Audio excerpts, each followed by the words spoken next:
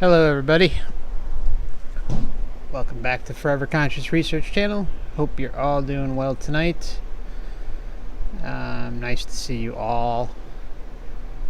Sorry I couldn't really mix it up in the chat there. I had a bunch of issues going on, of course, before the stream, as always, and I just can never seem to start on time. So if I tell you I'm starting at some time, just assume it's like an extra 5 or 10 minutes at this point. It's always something, yes.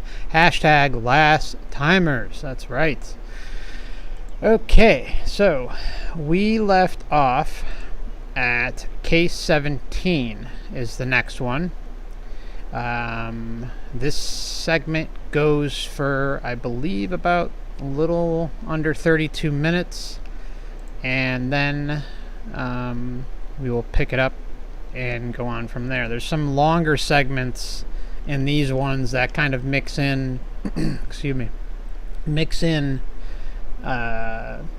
various opinions of Michael Newton, some of which we'll be reading in between the lines of course. And so let me just do a quick audio check, because I did have to switch players, audio players. I don't know why, but it wouldn't work in Winamp, which I use all the time, so I want to make sure I'm not blowing out your ears when I start this thing. So just in case, I might want to lower your volume just before I check this. Okay, there we go.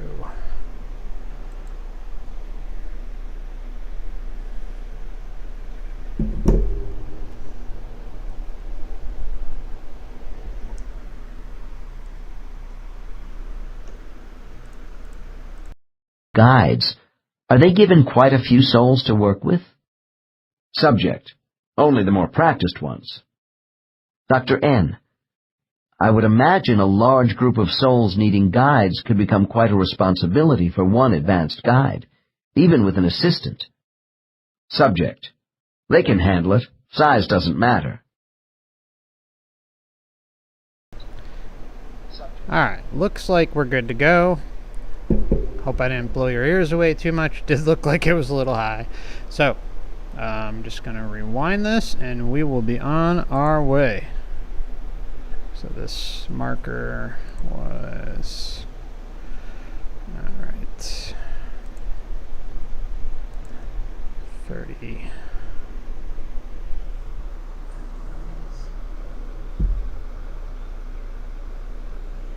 Sorry guys.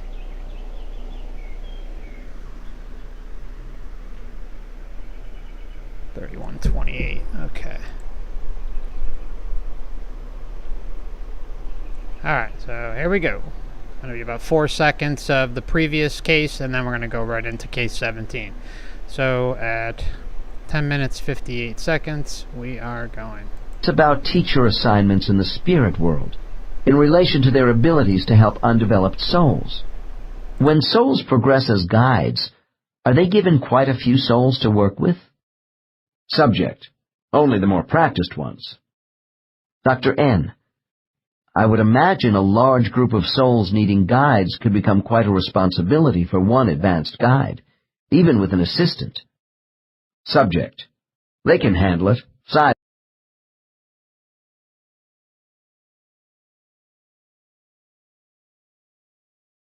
Alright, yeah, we only missed 5 seconds, which was the introduction to the case, so it really wasn't much. I shaved off, I think, 5 or 6 seconds. I thought I added it. Sorry. So here we go. Let's continue. This doesn't matter.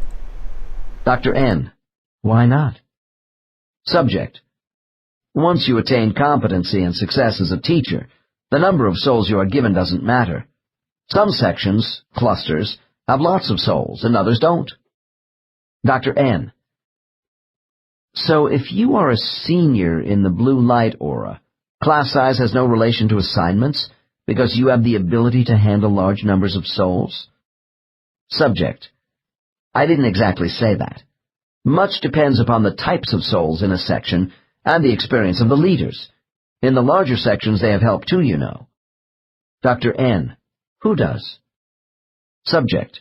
The guides you are calling seniors. Dr. N. Well, who helps them? Subject. The overseers. Now they are the real pros. Oh. Dr. N. I have heard them also called master teachers. Subject. That's not a bad description for them. Dr. N. What energy color do they project to you? Subject. It's purplish. Very interesting that it's purple, isn't it? Purple's very prevalent down here and it just so happens to be the color of the night apparently for the chat window. Anyways, I think it rotates automatically every night, so don't look too deep into it. Anyways, so yeah, I think it's interesting that, you have royalty representing purple, big musicians, even government, things like that. Purple stands out quite a bit in our society as a power color, as does it up there. Note: the lower ranges of a 5 level radiate a sky blue energy. With advancing maturity, this aura grows more dense, first to a muted midnight blue, and finally to deep purple, representing the total integration of a level 6 ascended master. Dr. N, since guides seem to have different approaches to teaching, what do they all have in common? Subject: they wouldn't be teachers if they didn't have a love of training and a desire to help us join them. Dr. N, then define for me why souls are selected as guides. Take a typical guide and tell me what qualities that advanced soul possesses. Oh, let's hear about it. Subject: they must be compassionate without being too easy on you. They aren't judgmental. You don't have to do things their way. They don't restrain by imposing their values on you. Dr. N, I sense a lot of bullshit. I don't know about you, but well, you know what? Okay, obviously this is all theoretical. We have no we have no way of proving it, but it would make sense that yes, they're mostly not going to break your balls and they're going to be compassionate because they're at the top of the food chain, so to say, some of the ones at the top of the food chain, and then you have the guide regular teachers below that master or whatever, or controller, whatever you want to call it. So it would make sense that it's a special moment when you get to go see these things and have that perception. Just throwing it out there. And then the dirty work seems to be done within your soul group, and then it also is probably done by your regular teacher that comes in and out of your classroom, so to say, every once in a while. That gives you more of a push. So there seems like there's a separation there. Just throwing it out there. I don't know. Okay, those are things guides don't do. If they don't over-direct souls, what are the important things they do, as you see it? Subject: they build morale in their sections and instill confidence. We all know they have been through a lot themselves. We are accepted for who we are as individuals, with the right to make our own mistakes. Dr. N, I must say I have found souls very loyal to their guides. Subject: that's why, because they never give up on you. Dr. N, what would you say is the most important attribute of any guide? Subject: without hesitation, the ability to motivate you and instill courage. My next case provides an example of the actions of a still incarnating guide. This guide is called Owa, and he represents the qualities of a devoted teacher reported by the last case. Evidently, his early assignments as a guide involved looking after the subject in case 18 in a direct fashion, and his methods apparently have not changed. My client was stunned once she recognized her guide's latest incarnation. Owa made his first appearance as a guide in my client's past, about 50 BC. He was described as an old man living in a Judean village, which had been overrun by Roman soldiers. For anyone out there familiar, excuse me, with Crawley, didn't Crawley have a, didn't Crawley have something, Awa or Awa? Something like that? I didn't even think about it till just now. So anyone just want to chime in the chat who's, I mean, I did some, I was, okay. All right, okay. Thanks, Lee. Case 18 was then a young girl, orphaned by a Roman raid against local dissidents. In the opening scene of this past life, she spoke about working in a tavern as a virtual slave. As a serving girl, she was constantly beaten by the owner and occasionally raped by Roman customers. Sounds wonderful. She died at age 26 of overwork, mistreatment, Jesus. and despair. This subject made the following statement from her subconscious mind about an old man in her village. I worked day and night and felt numb with pain and humiliation. He was the only person who was kind to me, who taught me to trust in myself, to have faith in something higher and finer than the cruel people around me. Later, in the superconscious state... Okay, now doesn't that seem, just to me, it seems like, and you guys chime in as well, doesn't it seem like that's like the equalizer? I apologize. The equalizer. So you have, obviously, again, we're dealing with the soul groups, we're dealing with the, you have ones that are on your side, you have the protagonizers, you have the instigators, you have the, probably just the ones that are just kind of in between. So if you're pushing, I mean, think about it. She was raped and brutalized and all this other stuff during that incarnation, and she was so reliant on this one guide, who now she's still looking up to. So let's continue. Just throwing that out there. This client detailed parts of other difficult lives where Owa appeared as a trusted friend, and once as a brother. In this state, she saw these people were all the same entity, and was able to name this soul as Owa, her guide. There were many lives when Owa did not appear, and sometimes his physical contact was only fleeting when he came to help her. Abruptly, I asked if Owa might possibly be in her life now. After a moment of hesitation, my subject began to shake uncontrollably. Tears came to her eyes and she cried out from the vision in her mind. Case 18. Think about that connection. That's a huge connection right there. Making her shake and just revert to, it's just, it's sad. You know, where was the guide when all that brutality was happening? You know, why aren't they stepping in? And, you know, they were the only good person, but, well, you know, obviously didn't go far enough, maybe. I don't know. We didn't really get any more details, so maybe I should just shut my mouth. All right, let's continue. Case 18. Subject. Oh, Lord, I knew it. I knew there was something different about him. Dr. N. About who? Subject. My son. Owa is my son Brandon. Dr. N. Your son is actually Owa? Subject. Yes, yes. Laughing and crying at the same time. I knew it. I felt it right from the day I delivered him. Something wonderfully familiar and special to me. More than just a helpless baby. Oh. Dr. N. What did you know the day he was born? Subject. I didn't really know.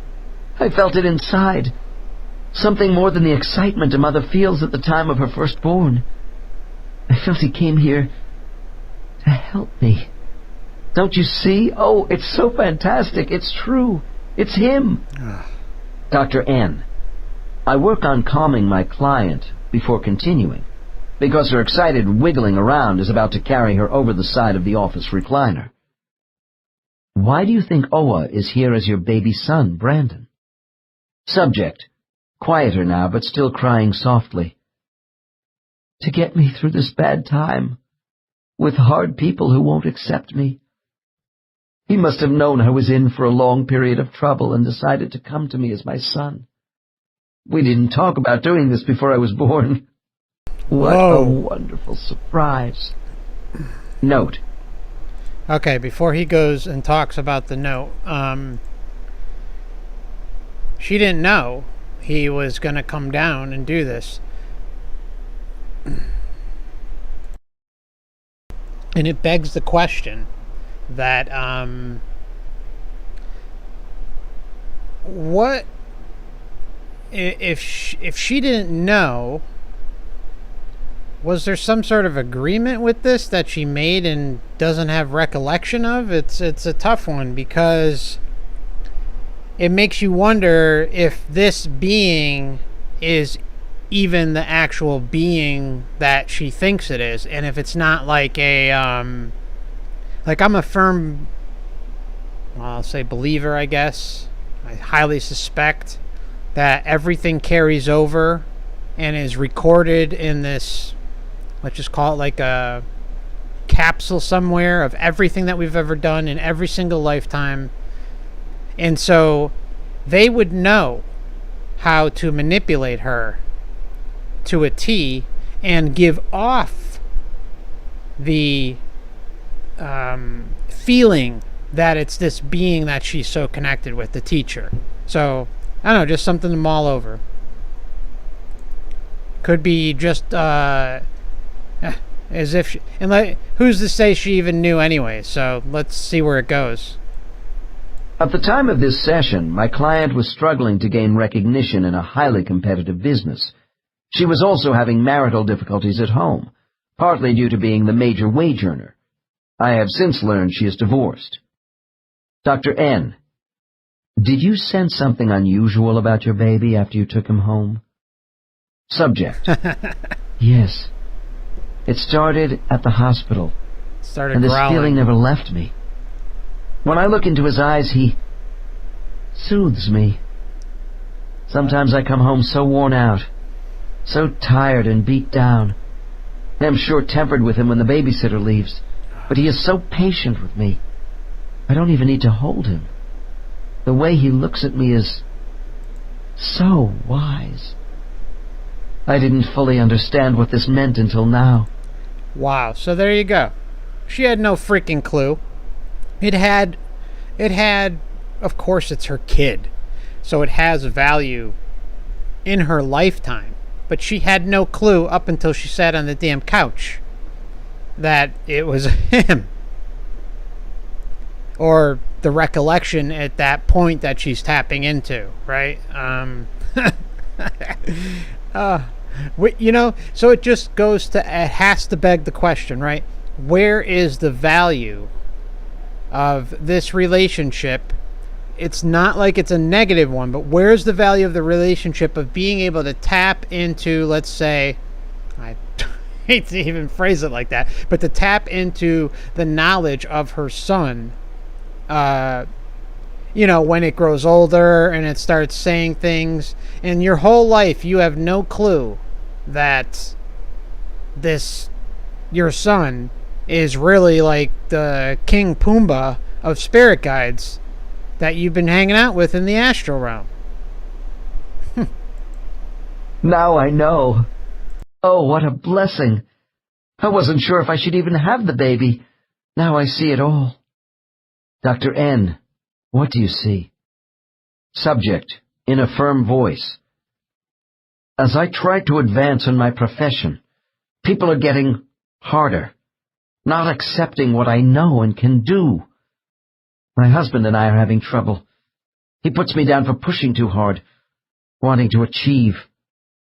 Brandon is here to keep me strong so I can overcome. Dr. N, and do you think it is all right we discovered your guide is with you as Brandon in this life? Subject, yes. If Owa didn't want me to know that he decided to come into my life, I wouldn't have come to see you. It wouldn't have been on my mind. This exceptional case represents the emotional intoxication a subject feels when an in-life contact is made with their guide. Notice the role Owa chose did not infringe upon the most typical role usually taken by a soulmate. He did not come through as her spouse, and never has in any of her past lives. Certainly, soulmates take other roles besides spouses, but an incarnating guide does not normally take on a role which might transgress between two soulmates working on their lives together. This client's soulmate happens to be an old flame from high school. Based upon all the information I was able to gather, Oa seems to have moved into the level of a junior guide in the last 2,000 years. He may possibly graduate into the blue level of a senior guide before this client has qualified herself to rise from white to a yellow energy aura. Regardless of the number of centuries this takes, Oa will remain as her guide, even though he may never incarnate again with her in a life. Do we ever catch up to our guides in development? Eventually, perhaps, but I can say I have not seen any evidence of this in my cases. Souls who develop relatively fast are gifted, but so are the guides who assist them. It is not uncommon to find guides working in pairs with people on Earth, each with their own approaches to teaching. In these cases, one is dominant, although the more experienced senior guide may actually be less evident in day-to-day activities of their charges. So the dominant one could be most senior, but not as involved in the day-to-day. Maybe I'm mixing this up. Let's just continue. The reason for this spiritual arrangement in tandem is because one of the pair is either in training, such as a junior guide under a senior, or the association is so long-standing between the two guides, as with a senior to a master, that a permanent relationship has evolved. The senior guide may have acquired his or her own cluster of souls, which is still monitored by a master overseeing a number of soul groups. There's so many things wrong with this, right? I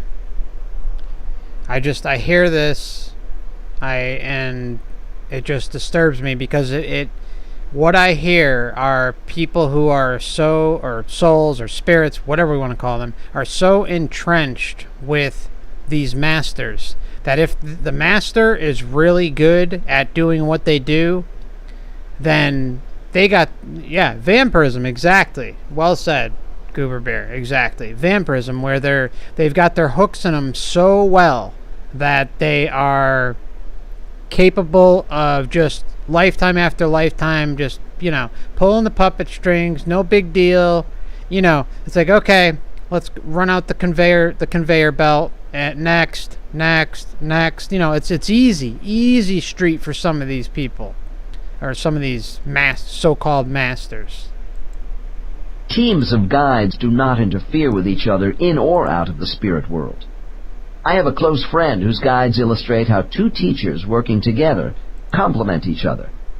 Using this individual's case is appropriate because I have observed the way this person's two guides interact in various life circumstances. My friend's junior guide appears in the form of a kindly, nurturing Native American medicine woman called Kwan. Dressed simply in a deerskin sheath, her long hair pulled back, Kwan's soft face is bathed in vivid light during her appearances. When she is called, Kwan provides a vehicle for insight and understanding events, and the individuals associated with those events, which are troubling to my friend.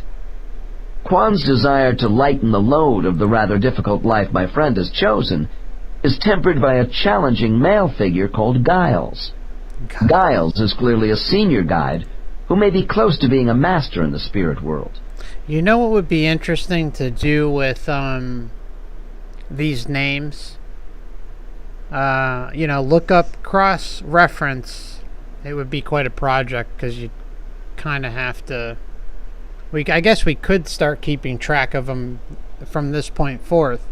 Is writing down or saving these names in a Word file or something, and then cross-referencing the deeper meaning related to each of the names and seeing what we come up with. Like, where do what are we going to take out of researching the meaning behind the name?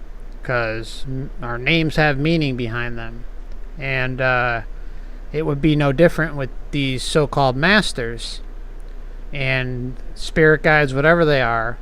Even the ones like in your soul group, things like that. It would be interesting to see if there's a pattern there. I mean, it's good. You're kind of really tugging at the strings at that point. But it's just something to consider. So just wanted to throw that out there. So if anyone wants to keep track of that, feel free. With the names, it's a little bit much for me on my end. But if anyone out there wants to volunteer to do that, and then we can all kind of do it as a little side project. Maybe at the end of the series, it's something to think about. So if anyone does want to volunteer for that, to keep track of the names going forward, just drop a note in the chat. Thank you. In this capacity, he does not appear nearly as often as Quan. When Giles does come into my friend's higher consciousness, he does so abruptly. Here is a sample of how a senior guide operates differently from one of junior status. Case 19. Dr. N. When you are in deep reflection over a serious problem, how does Giles come to you? Subject laughs. Not the same as Quan, I can tell you. Usually he likes to hide a little at first, behind a shadow of blue vapor. I hear him chuckling before I see him. Dr. N. Okay, and I just, I hate to interrupt it so much, but it's something that needs to be said. There's a lot of this, this kind of like hide and seek, kidding type games going on. And if you watch the movie Soul, you'll see that constantly. It's a prevalent thing where it's, little ball breaking, a little hide and seek type thing, messing around, a lot of messing around. So what it does is it's a good way, it's a good manipulation tool to lighten the load, so to say, to make things a little more smoother when you're deceiving and manipulating, right? Something to think about. You mean he appears first as a blue energy form? Subject: yes, to hide himself a bit. He likes to be secretive, but it doesn't last long. Dr. N. Why? Subject: I don't know. To make sure I really want him, I guess. Dr. N. Well, when he shows himself, what does Giles look like to you? Subject: an Irish leprechaun. Dr. N. What? Oh, then he is a small man. Subject: And what are leprechauns? Leprechauns are notoriously involved in trickery and deception and screwing around with humanity down here, right? I mean, that just goes without saying. Laughs again. An elf figure, tangled hair all over his wrinkled face. He looks a mess and moves constantly in all directions. Dr. N. Why does he do that? Subject: Giles is a slippery character. Impatient, too. He frowns a lot while he paces back and forth in front of me, with his arms clasped in back of him. Dr. N. And how would you interpret this behavior? Subject: Giles is not dignified like some guides, but he is very clever, crafty. Dr. N. Could you be more specific as to how this conduct relates to you? Subject, strained. Giles has made me look upon my lives as a chess game with the earth as the board. Certain moves bring certain results, and there are no easy solutions. I plan, and then things go wrong during the game in my life. I sometimes think he lays traps for me to work through on the board. All right. Now we're getting to some truth, right? I mean, this thing, it's a leprechaun, elf-type creature, entity, and it's messing around. So, right, and involved in their lives when they're down in the earthly matrix and getting messed with. Very telling. Dr. N. Do you prosper with this technique of your advanced guide? Has Giles been a help to your problem-solving during the game of life? Subject. Pause. More afterward.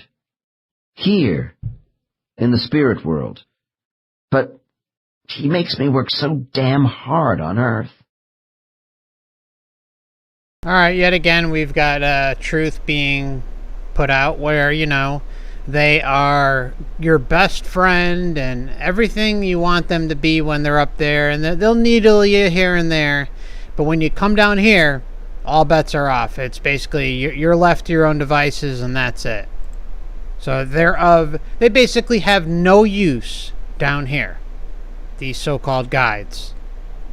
But it's a learning experience, right? Earth is a school.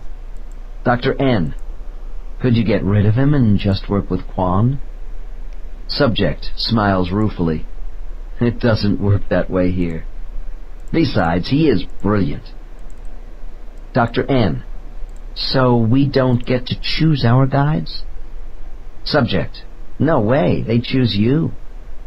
Dr. N, do you have any idea why you have two guides who... Alright, sorry again to pause, but you know, you don't even get to choose your guide? You don't even have a say in it. What kind of structure is that?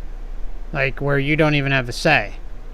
I would imagine if you're, you're breaking a little balls as a soul up there, that, maybe they'll give in once in a while, but this is one particular account. But keep in mind that this particular soul had no say in it, supposedly. ...to approach your problems so differently in the way they help you? Subject, no, I don't, but I consider myself very fortunate. Quan is gentle and steady with her support. Note, the embodiments of Native Americans who once lived in North America make powerful spiritual guides for those of us who have followed them to live in this land. The larger number of Americans who report having such guides lend support to my belief that souls are attracted to geographical settings that they have known during earlier incarnations. Dr. N, what do you like most about Giles' teaching methods? Subject, pensively. No, the way he, trifles with me. Almost mocking me to do better during the game and stop feeling sorry for myself. Mocking. Game. When things get especially rough, he prods me and keeps me going, insisting I use all my abilities. But guess what? You don't have those abilities down here. The abilities up there versus the abilities down here are way different. There is nothing soft about Giles. Dr. N, and you feel this coaching on Earth even when you and I are not working together? Subject, yes, when I meditate and go inside myself, or during my dreams. Dr. N, and Giles comes when you want him? Subject, after some hesitation. No, although it seems as though I have been with him forever. Quan does come to me more. I can't just grab hold of Giles in any situation I want, unless what I have going on is really serious. He is elusive. Dr. N, sum up your feelings about Quan and Giles for me. Subject, I love Quan as a mother, but I wouldn't be where I am without Giles' discipline. They are both skillful because they allow me to benefit from my mistakes. These two guides are a cooperating team of instructors, which is standard procedure for those people who have two guides.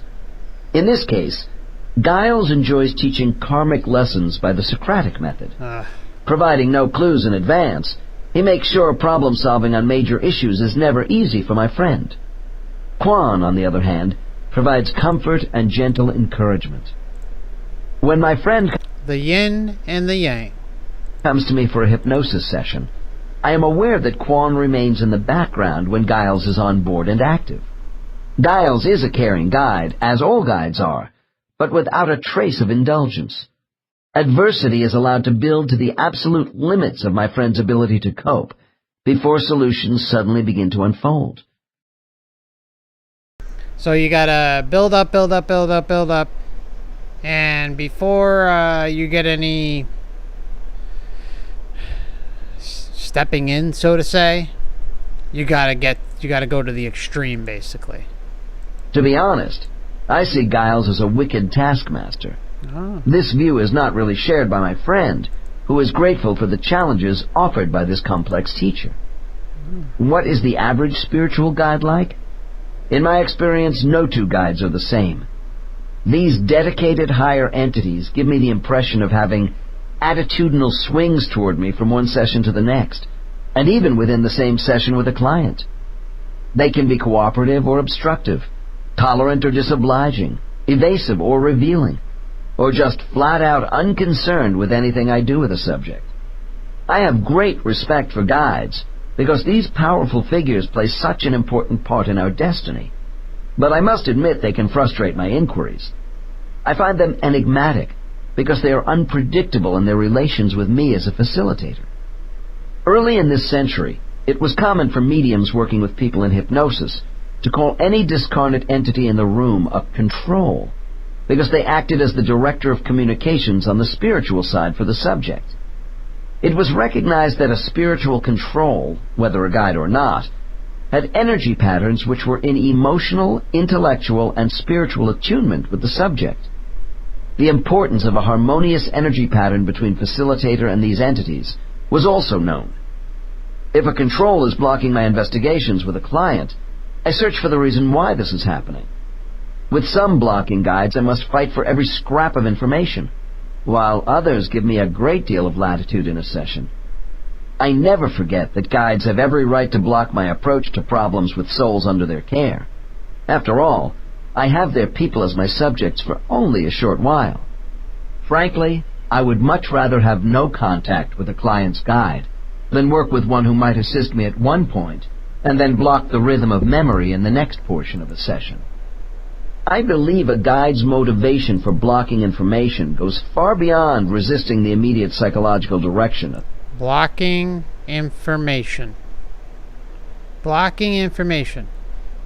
One of the things that I've talked about here and there, and I have a dedicated video for those fairly new to the channel. There's an upcoming topics video that I did, I think a week or two ago. And it goes over just that, how we are... I apologize. I lost my train of thought, guys. I'll come to it in a minute. Therapy session is taking. I am constantly searching for new data on the spirit world. A guide who lends support to a free flow of past life memories from one of my subjects may balk at my far-reaching questions about life on other planets, the structure of the spirit world, or creation itself. This is why I am only able to collect these spiritual secrets in fragments from a large body of client information reflecting the discretion of many guides. I also feel that I am receiving assistance from my own spiritual guide during communications with subjects and their guides. Occasionally, a subject will express dissatisfaction with his or her particular guide. This is usually temporary. At any time, people are capable of believing their guides are too difficult and not working in their best interests, or just not paying enough attention to them. A subject once told me that he had tried for a long time to be assigned another guide. He said, "My guide is stonewalling me. She doesn't give enough of herself." Guide is stonewalling me. She doesn't give enough of herself. Yeah, so, right away, again, here we go. We're dealing with a situation where they are basically saying how they're not happy, and it's so in your face. It's right in your face. So the thing I wanted to talk about was that slipped my mind just a few minutes ago, was about how you have these near-death experiences where they come back and they say when they were there, they were all knowing. Really, that couldn't be further from the truth. I do not believe that. I have seen enough over all of everything I'm looking at, all these topics and subtopics. It is so obvious that they are not all knowing when they claim that they're all knowing. I think they are being told they are all knowing because the information they are receiving, they are being told or allowed to tap into when they make such claims. So, just wanted to throw that out there to the segment just prior to this. I apologize. The man told me his desire for a change in guides was not honored. I observed that he spent considerable time alone, without much group interaction after his last 2 lives, because he refused to deal with his issues. He projected anger toward his guide for not rescuing him from bad situations. Ah, rightfully so, right? I'd be a little pissed off at my guide, too, if he didn't come in, or he or she or it came in and saved me when they're supposed to be there for me. They're supposed to help in some degree. Oh, no, let me just get just let me get my ass kicked, from an abusive family, this or that. On and on and on. Yeah, so they have a right to be upset with their so-called guides that don't show up or help in any way until it is the absolute extreme, like when they are just at their wits' end, and those are those moments in life where you're at the complete extreme. Our teachers really don't get perturbed with us to the point of alienation, but I notice they have a way of making themselves scarce when disgruntled students avoid real problem solving. Guides only want the best for us, and sometimes this means they must watch us endure much pain to reach certain objectives. Tough love, right, guys? Guides cannot assist in our progress until we are ready to make the necessary changes in order to take full advantage of life's opportunities. Do we have a reason to be fearful of our guides? All right, so we got to take the opportunities to the fullest extent. Did any of you happen to be born with the checklist or the guidebook on how you're supposed to do that? I know I didn't. Maybe some of you did, right? I mean, obviously everybody else. I can't be alone here, right? Maybe everyone else had the guidebook, but I didn't. Come on, guys. We've all been taken and hoodwinked and messed with beyond belief.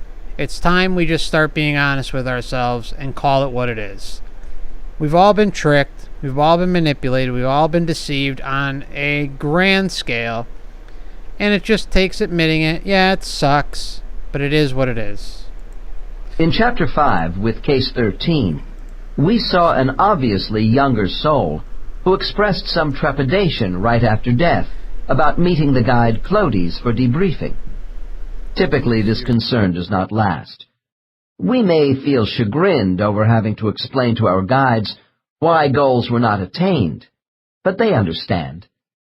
They want us to interpret our past lives so we will have the benefit of assisting in the analysis of mistakes. My clients express all sorts of sentiments about their guides, but fear is not among them. On the contrary, people are more worried about being abandoned by spiritual advisors during difficult periods in their lives. Our relationship with guides is one of students and teachers, rather than defendants and judges. Sure doesn't seem like that. Seems like it's all of the above, right? Our personal guides help us cope with the separateness and isolation which every soul inherits at physical birth, regardless of the degree of love extended by our family. Guides give us an affirmation of self in a crowded world. People want to know if their guides always come whenever they call for help. Guides are not consistent in the manner in which they choose to assist us, because they carefully evaluate how badly they are needed. I am also asked if hypnosis is the best way to get in contact with one's guide. Naturally, I lean toward hypnosis, because I know how potent and effective this medium can be to obtain detailed spiritual information. However, hypnosis by a trained facilitator is not convenient on a daily basis, where meditation, prayer, and perhaps channeling with another person would be. Self-hypnosis as a form of deep meditation is an excellent alternative, and may be preferred by those who have a fear of being hypnotized by others, or don't want the interference of a second party in their spiritual life. Regardless of the method used, we all have the capacity to send out far-reaching thought waves from our higher consciousness. Every person's thoughts represent a mental fingerprint to guides marking who and where we are. During our lives, especially in periods of great stress, most people feel the presence of someone watching out for them. We may not be able to describe this power, but it is there nonetheless. Reaching our soul is the first step on the ladder of finding our higher power. All lines of mental communication we use to reach a Godhead are monitored by our guides on this step. They too have their guides further up the ladder. The entire ladder serves as one unbroken conduit to the source of all intelligent energy, with each rung being part of the whole. It is essential for people to have faith that a prayer for help will be answered by their own higher power. This is why guides are vitally important to our spiritual and temporal lives. If we are relaxed and in a state of concentrated focus, an inner voice speaks to us. And even if we didn't initiate the message, we should trust what we hear. Bear, rat, what I'll say, bro. It's tough to say for certain with all of this, right? He says this part is a load of shit. They are guides, not guardians. However we want to look at it, however you want to look at it, however anyone wants to look at all of this stuff is up to them. But I just happen to see certain patterns with things that line up. I agree that not all of this seems to resonate with me. I see issues in things too. But it's more about the overall picture. With your specific part, your specific statement about this part's a load of shit, they're guys, not guardians. I don't know, man. You know, I think there are, from everything I can tell, there's definitely a so-called guide, and then there's someone above that guide who is almost like an overseer of you, and what it seems to me, an overseer of even some of the group that you may be linked to. How that all plays out, I really don't know. So that's just my opinion on it. But I just think that there's a couple things going on here, and either way, they leave you in the dust when you're down here. That much is clear. So I don't know, just my opinion on it. But everyone, yeah, I mean, anyone listening to any of this, you have to kind of just, you can't take everything literal. There's stuff you're gonna hear here that if it doesn't jive with what you've looked into, then that's cool, no big deal. And please speak your piece. Like if there's parts in here that you feel are total bullshit, just say it. Yeah, we'll talk about it. And if there's certain hopefully if I catch the chat, I'm not very good with the chat, but I'm trying to keep an eye on it. So we could obviously have a discussion about this. Maybe if you guys are interested, after the whole series is over, we can even maybe have a group discussion. I don't know. I'll just throw that out there if anyone's interested. And, feel free if you want, even take notes on things you have problems with, things you connect with as we're listening to all this. And if you want, if enough people are interested, I'll gladly do a live stream and we can all have an open panel discussion on it and see what happens. So, because I value everyone's opinion and thoughts on what they're hearing, because I know a lot of you have looked into this stuff too. So this is just if I'm shooting off the cuff with my feelings on it. So please share your thoughts, and let's and again, if there's enough people interested, I will gladly do an open panel live stream where we can I have a phone number I purchased a few months back that links to the channel, and then obviously we have Skype and Discord and Zoom, so we can even just have people call in and we can have like an open discussion about it after the series is over. So yeah, feel free to grab a notebook, take some notes about what you agree with, what you don't agree with. Maybe even if you want, write down, okay, in part 3 I didn't agree with this, part 2 I agreed with this part but didn't agree with that, etc., etc. All right, I don't want to keep ranting here, but it's not even a rant. It's just I want us to be able to have these type of discussion. I think it's really important that we all share our views on what we think's going on and what we think is complete horseshit. National surveys by psychologists indicate 1 person in 10 admits to hearing voices, which are frequently positive and instructional in nature. It is a relief for many people to learn their inner voices are not hallucinations associated with the mentally ill. Rather than something to be worried about, an inner voice is like having your own resident counselor on call. More often than not, These voices are those of our guides. Guides assigned to different souls do work together, relaying urgent mental messages for each other. People unable to help themselves in critical situations may find counselors, friends, and even strangers coming to their aid at just the right moment. The inner strength which comes to us in our daily lives does not arrive as much by a visual picture of actually seeing our guides as from the feelings and emotions which convince us we are not alone.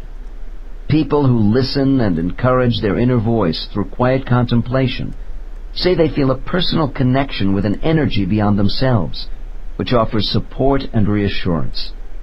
If you prefer to call this internal guidance system inspiration or intuition, that is fine, because the system which aids us is an aspect of ourselves as well as higher powers. During troublesome times in our lives, we have the tendency to ask for guidance to immediately set things right. When they are in trance, my clients see that their guides don't help them solve all their problems at once. Rather, they illuminate pathways by the use of clues. This is one reason why I am cautious about client blocking during hypnosis. Insight is best revealed with a controlled pace, relative to each person. A concerned teacher may not want all aspects of a problem uncovered at a given point in time for his or her student. We vary in our ability to handle revelations. When asking for help from your higher spiritual power, I think it is best not to demand immediate change. Our success in life is predicated on planning, but we do have alternative paths to choose from to reach certain goals. When seeking guidance, I suggest requesting help with just the next step in your life. When you do this, be prepared for unexpected possibilities. Have the faith and humility to open yourself up to a variety of paths toward solutions. After death, we do not experience sadness as souls with the same emotional definition as grief felt in physical form. Yet, as we have already seen, souls are not detached beings without feelings. Again, they are of no use once the time comes. I have learned those powers who watch over us also feel what I call a spiritual sorrow when they see us making poor choices in life and going through pain. Oh, they have so much sorrow for us. They're so concerned. But yet they'll just sit there, no big deal. They can interact with this reality, come in and out of it. Let's not fool ourselves. We're not babies here. Most of us are well read on this stuff. Let's just call it what it is. This is all by design. Certainly our soulmates and peers suffer distress when we are tormented. But so do our guides. Guides may not show sorrow in orientation conferences and during soul group discussions between lives, but they keenly feel their responsibilities toward us as teachers. In Chapter 11, we will get the perspective of a guide at level 5. Oh. I have never found a person who is a living grade 6 or master guide as a subject. I suspect we don't have a whole lot of these advanced souls on Earth at any one time. Boy, I wonder why. Would they happen to be part of the control structure? Most level 6s are much too involved with planning and directing from the spirit world to incarnate any longer. From the reports of the level 5s I have had, it would seem the level 6 has no new lessons to learn. But I have a hunch a still incarnating soul at level 5 may not know all the esoteric tasks involved with master-level entities. Once in a while, during a session with a more advanced soul, I hear references to an even higher level of soul than level 6. These entities, to whom even the masters report, are in the darkest purple range of energy. These superior beings must be getting close to the Creator. I am told these shadowy figures are elusive, but highly venerated beings in the spirit world. Again, it does seem, based on what I've read too, it's like you're only allowed a certain level of knowledge, even like on the soul classes, the soul school classes. There's like a blackout going on with even that, like where you can't even figure out what the hell is going on in these things. They talk about it, but you don't get anything really added to the mix. You get little bits and pieces, either almost in passing when they're talking to other souls, or just very, very fragmented things, but nothing of substance where you truly know what the hell is going on. Everything seems to be more on the individual basis of what we learn on these classes, and whatever the hell is going on outside of, here, when you leave here and get stuck into the trap. The average client doesn't know if spiritual guides should be placed in a less than divine category or considered lesser gods because of their advancement. There is nothing wrong with any spiritual concept, as long as it provides comfort, is uplifting, and makes sense to each individual. Although some of my clients have the tendency to consider guides godlike, they are not God. In my opinion, guides are no more or less divine than we are, which is why they are seen as personal beings. In all my cases, God is never seen. People in hypnosis say they feel the presence of a supreme power directing the spirit world, but they are uncomfortable using the word God to describe a creator. Perhaps the philosopher Spinoza said it best with these words: God is not he who is, but that which is. Every soul has a spiritual higher power linked to its existence. All souls are part of the same divine essence generated from one oversoul. This intelligent energy is universal in scope, and so we all share in divine status. If our soul reflects a small portion of the oversoul we call God, then our guides provide the mirror by which we are able to see ourselves connected to this Creator. This audiobook has... Okay, just really quick, I have to go refill my water briefly. I won't be long, so just bear with me for about 30 seconds.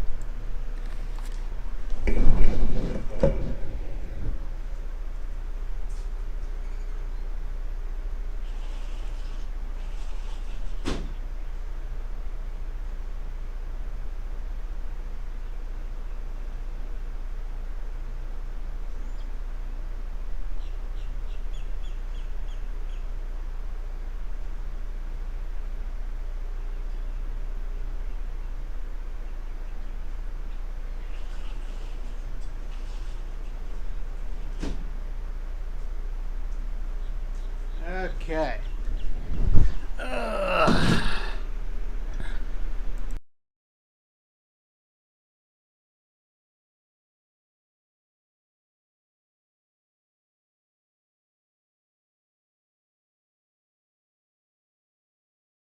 Okay, guys, sorry about that. Okay, now, just had to put that up there so I know where to cut the video later. Okay, so let's get to part 2.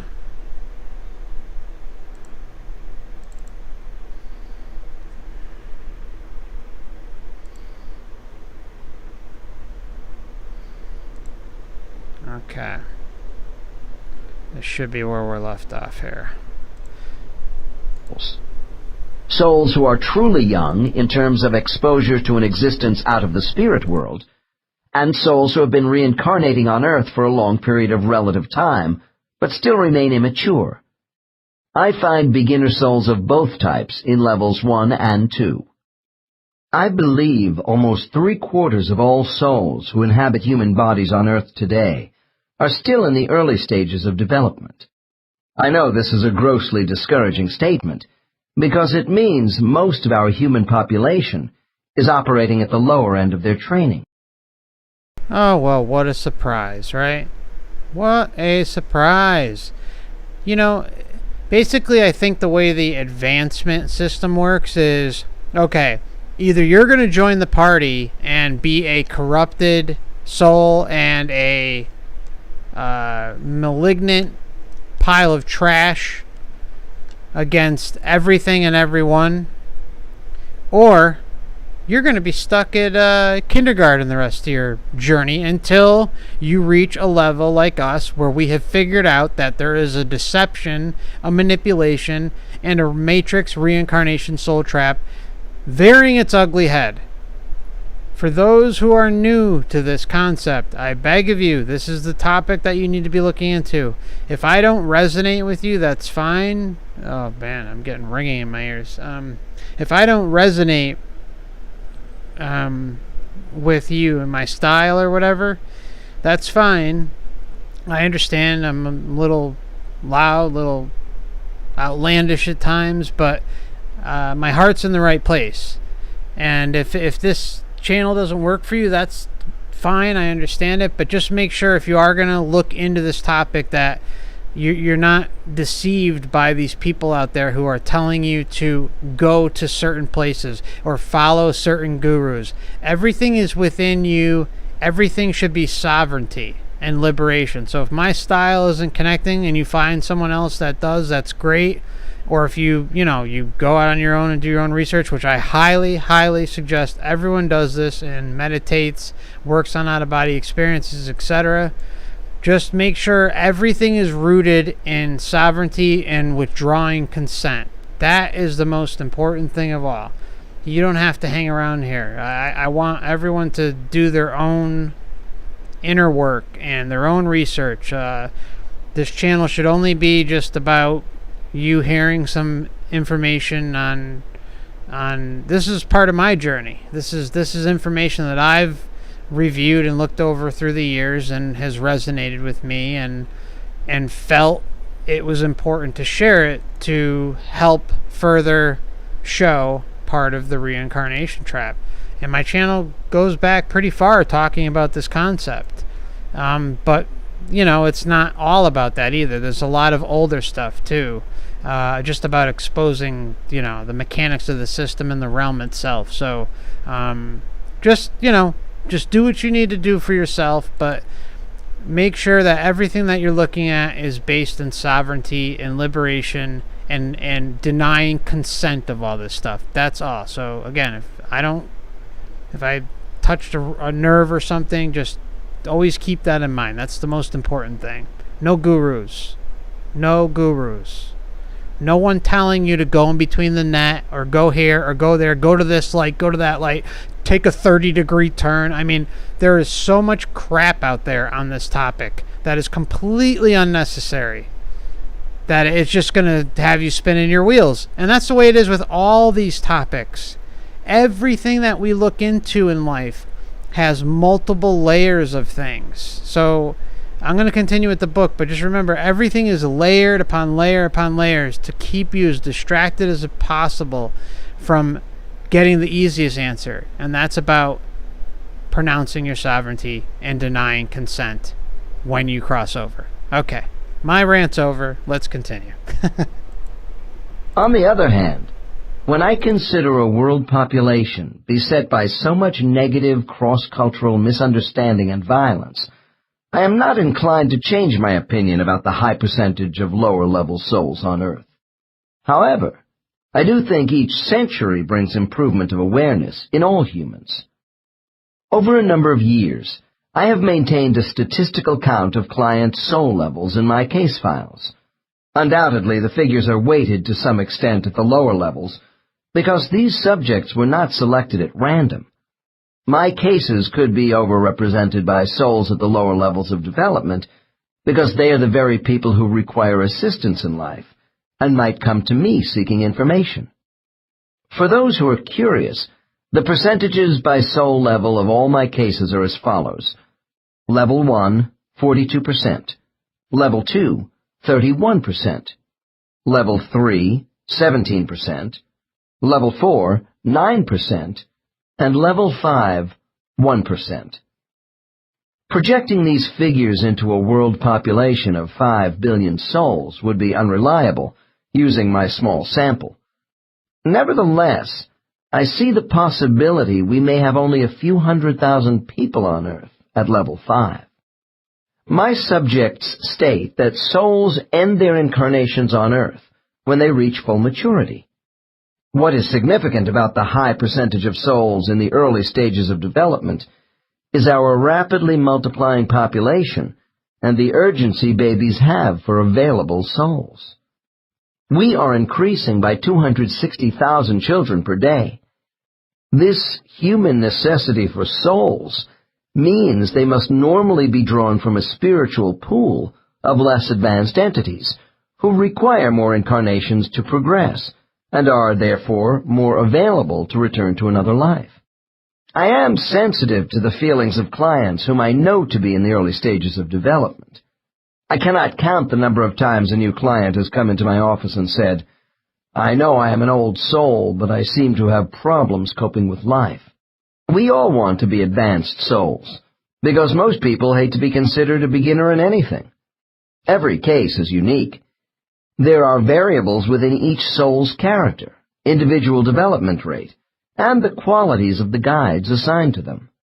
I see my task as offering interpretations of what subjects report to me about the progression of their souls.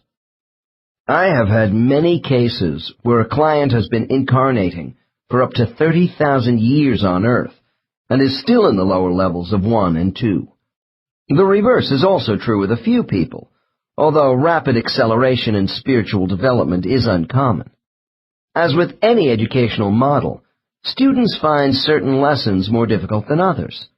One of my clients has not been able to conquer envy for 850 years in numerous lives, but she did not have too much trouble overcoming bigotry by the end of this same period. Another has spent nearly 1,700 years off and on seeking some sort of authoritative power over others. However, he has gained compassion. The next case represents an absolute beginner soul. This novice shows no evidence of having a spiritual group assignment as yet, because she has lived too few past lives. In her first life, she was killed in 1260 AD in northern Syria by a Mongol invasion. Her name was Shabez, and her settlement was sacked, resulting in a terrible massacre of the inhabitants when she was 5 years old. Case 20. Dr. N. Shabez, now that you have died and returned to the spirit world, tell me what you feel. Subject shouts, "Cheated!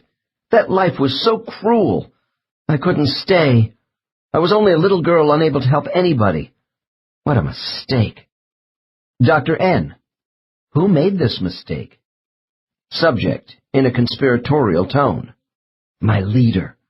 I trusted his judgment, but he was wrong to send me into that cruel life." Hear that?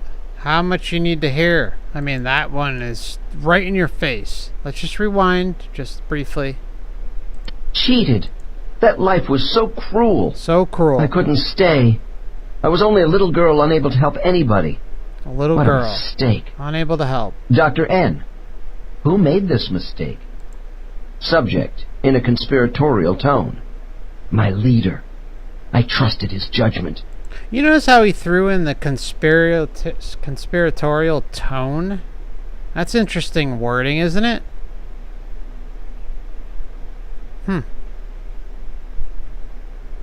But he was wrong to send me into that cruel life. He was To wrong. be killed before my life got started. Dr. N. But you did agree to come into the body of Shabez. Here we go. Subject, upset. I didn't know Earth would be such an awful place full of terror. I wasn't given all the facts. Ah, boy, doesn't that sound familiar, right? We've all been down that road. We weren't given all the information.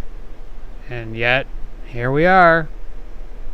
Left to our own devices. Not like the whole point, right, is to not rely on outside forces at this point. We've figured out that the outside forces are working against us, not for us. The whole stupid life was a mistake, and my leader is responsible. Responsible. Dr. N. Didn't you learn anything from this life? Subject, pause. I started to learn to love. Yes, that was wonderful. My brother, parents, but it was so short. Dr. N. Did anything good come out of this life? Subject, my brother Ahmed to be with him. Dr. N. Is Ahmed in your present life? Subject. Suddenly my subject rises out of her chair. I can't believe it. Ahmed is my husband Bill, the same person. How can... Dr. N. Didn't even know it. Had no clue. All of a sudden there's a coming of information that points in this direction. Of her or him figuring out, I forgot which sex it was. After calming subject, I explain the process of soul transference to a new body, and then continue. Do you see Ahmed on your return to the spirit world after dying as Chavez? Subject. Yes. Our leader brings us together here, where we stay. Dr. N. Does Ahmed emit the same energy color as yourself, or are there differences? Subject. Pause. We are all white. Dr. N. Describe what you do here. Subject. While our leader comes and goes, Ahmed and I just work together. Dr. N. Doing what? Subject. We search out what we think about ourselves, our experience on Earth. I'm still sore about us being killed so soon. But there was happiness, walking in the sun, breathing the air of Earth, love. Dr. N. Go back further to the time before you and Ahmed had your life together, perhaps when you were alone. What was it like being created? Subject. Disturbed. I don't know. I was just here, with thought. Dr. N. Do you remember during your own creation, when you first began to think as an intelligent being? Subject. I realized I existed, but I didn't know myself as myself until I was moved into this quiet place alone with Ahmed. Oh, isn't that interesting? So, Dr. Newton is going back to the point of creation of this being. But the being didn't realize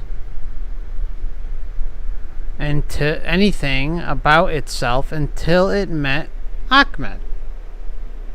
So where's, you know as well as I do that there's a gap there. There's a missing component somewhere in there where a memory again of past life experience traversing the multiverse is gone. It's just erased, eradicated. And I think it's because everything falls under the umbrella of the realm. It's this ignorance that is just placed over us, this fragmentation, so to say, of our memories of ourself, and we are used and abused endlessly until we figure the way out of here. That's what it all comes down to. Dr. N. Are you saying your individual identity came more into focus when you began interacting with another soul entity besides your guide? Subject. Yes, with Ahmed. Dr. N. Keep to the time before Ahmed. What was it like for you then? Subject. Warm. Nurturing. My mind opening. She was with me then. Dr. N. She? She. I thought your leader displayed a male gender to you. Oh. Subject. I don't mean him. Someone was around me with the presence of a mother and father. Mostly mother. Dr. N. What presence? Subject. I don't know. A soft light. Changing features. I can't grasp it. Loving messages. Encouragement. Dr. N. This was at the time of your creation as a soul? Subject. Yes. It's all hazy. There were others, helpers, when I was born. Dr. N, what else can you tell me about the place of your creation? Subject, long pause. Others love me. In a nursery. Then we left, and I was with Ahmed and our leader. Dr. N, who actually created you and Ahmed? Subject, the One. I have learned there seems to be a kind of spirit world maternity ward for newborn souls. Imagine, I just do not believe. Nothing inside me can ever convince me. No one can ever convince me that we came from this universe and substructure. Nothing. I know I'm not from not just Earth, but anything going on outside of its umbrella of realms. I don't buy it. What we're dealing with here is flat out deception and manipulation. I mean, I'm paraphrasing here on what I think is going on, but I think we get it. Just think about how much we read in these near-death experiences about how, the light is so mesmerizing. It drags us in, all right, at the time of death. I think there's something very similar at the so-called border of this universe that sucks us in, catches our attention. We're roaming around outside in the multiverse. We're on the skirts of the outside, and we see this doorway, so to say, this light, whatever the heck it may be, this portal. And I think I feel confident in saying this, that most of us here are very curious beings. We like to look into things. We like to explore things. So, for me personally, this is just me, I can see how I can get sucked into something like this out of curiosity's sake. Okay? The yearning to experience, the yearning to explore and see what the universe, the multiverse has to offer. So I figure I roll up to the gates and say, okay, well, here are some of the rules at the doorway. And they say, okay, well, blah, blah, blah, blah, this, and that. And, it's probably all, rainbows, fairy dust, and unicorn initially. And then slowly you start to get degraded and fragmented until eventually you come down here. And you fall under this structure and its substructures outside in the astral realm. And it's like a loop. It's a never-ending loop until you freaking learn your way out of here. What got us, most of us here, I'm not speaking for everybody, but what got us here? The curiosity of figuring out what the hell this place is all about. What is Earth all about, right? We're all here today because we've reached a point where we are just questioning everything, wondering what the hell is going on, and how do we make sure that we don't come back? I think the same applies on the outside when we first got here. It was probably curiosity. It was the yearning to experience something different that we might otherwise have not experienced yet. And there's some sort of pull, there's some sort of outside force that makes it attractive to us to want to say, hey, let's give it a try. And then once you get sucked in here and under its wings, it's very hard to get out. It's a really screwed up game. So that's just my opinion. Take it for what it's worth. Let's continue. Client told me, this place is where infantile light is arranged in a honeycomb fashion, as unhatched eggs ready to be used.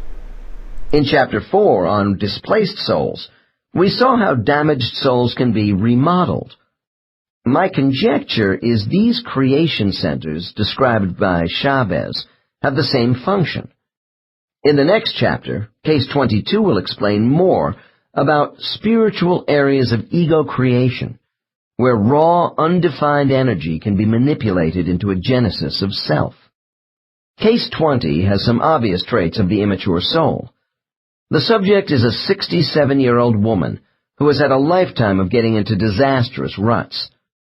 She does not demonstrate a generosity of spirit toward others, nor does she take much personal responsibility for her actions.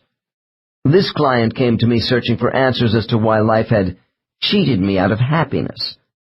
In our session, we learned Ahmed was her first husband, Bill. She left him long ago for another man whom she also divorced because of her inability to bond with people. She does not feel close to any of her children. The beginner's soul may live a number of lives in a state of confusion and ineffectiveness, influenced by an earth curriculum which is different from the coherence and supportive harmony of the spirit world. Less developed souls are inclined to surrender their will to the controlling aspects of human society, with a socioeconomic structure which causes a large proportion of people to be subordinate to others. The inexperienced soul tends to be stifled by a lack of independent thinking. They also lean towards being self-centered and don't easily accept others for who they are. It is not my intention to paint a totally bleak portrait of souls who comprise so much of our world population, if my estimates of the high numbers of this category of soul are accurate. Lower-level souls are also able to lead lives which have many positive elements. Otherwise, no one would advance. No stigma should be attached to these souls, since every soul was once a beginner. If we become angry, resentful, and confused by our life situations, this does not necessarily mean we possess an underdeveloped spirit. Soul development is a complex matter, where we all progress by degrees in a variety of areas. Ah, boy, sounds like the masonry structure, right? Masonry structure. You know, it's just, it's everything out there is based on a level up type system. And Dr. Newton himself admitted earlier, which he kind of contradicts himself, how we are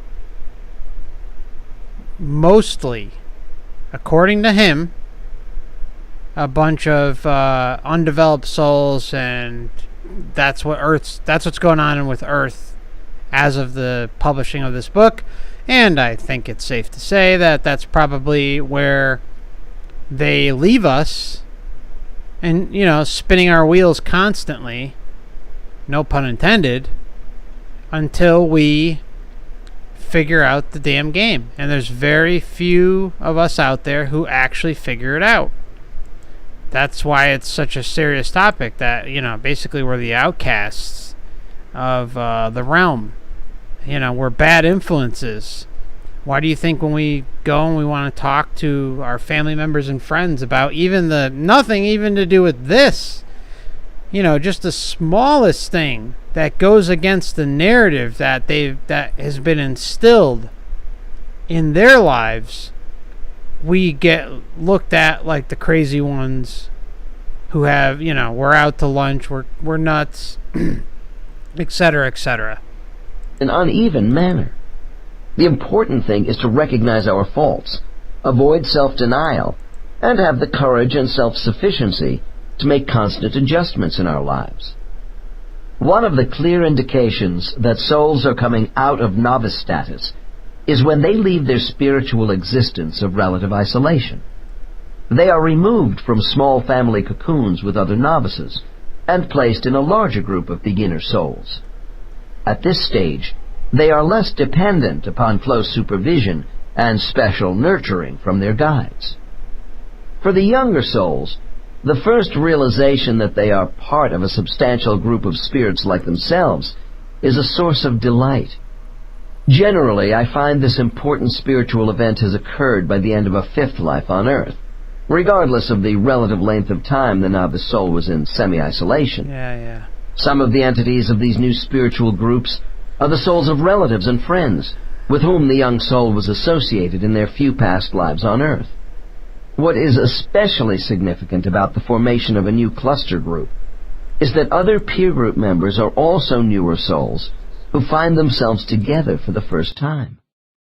In Chapter 7 on placement, we saw how a soul group appeared when Case 16 rejoined them, and the manner in which life experiences were studied through pictorial scenes, as reported by this subject.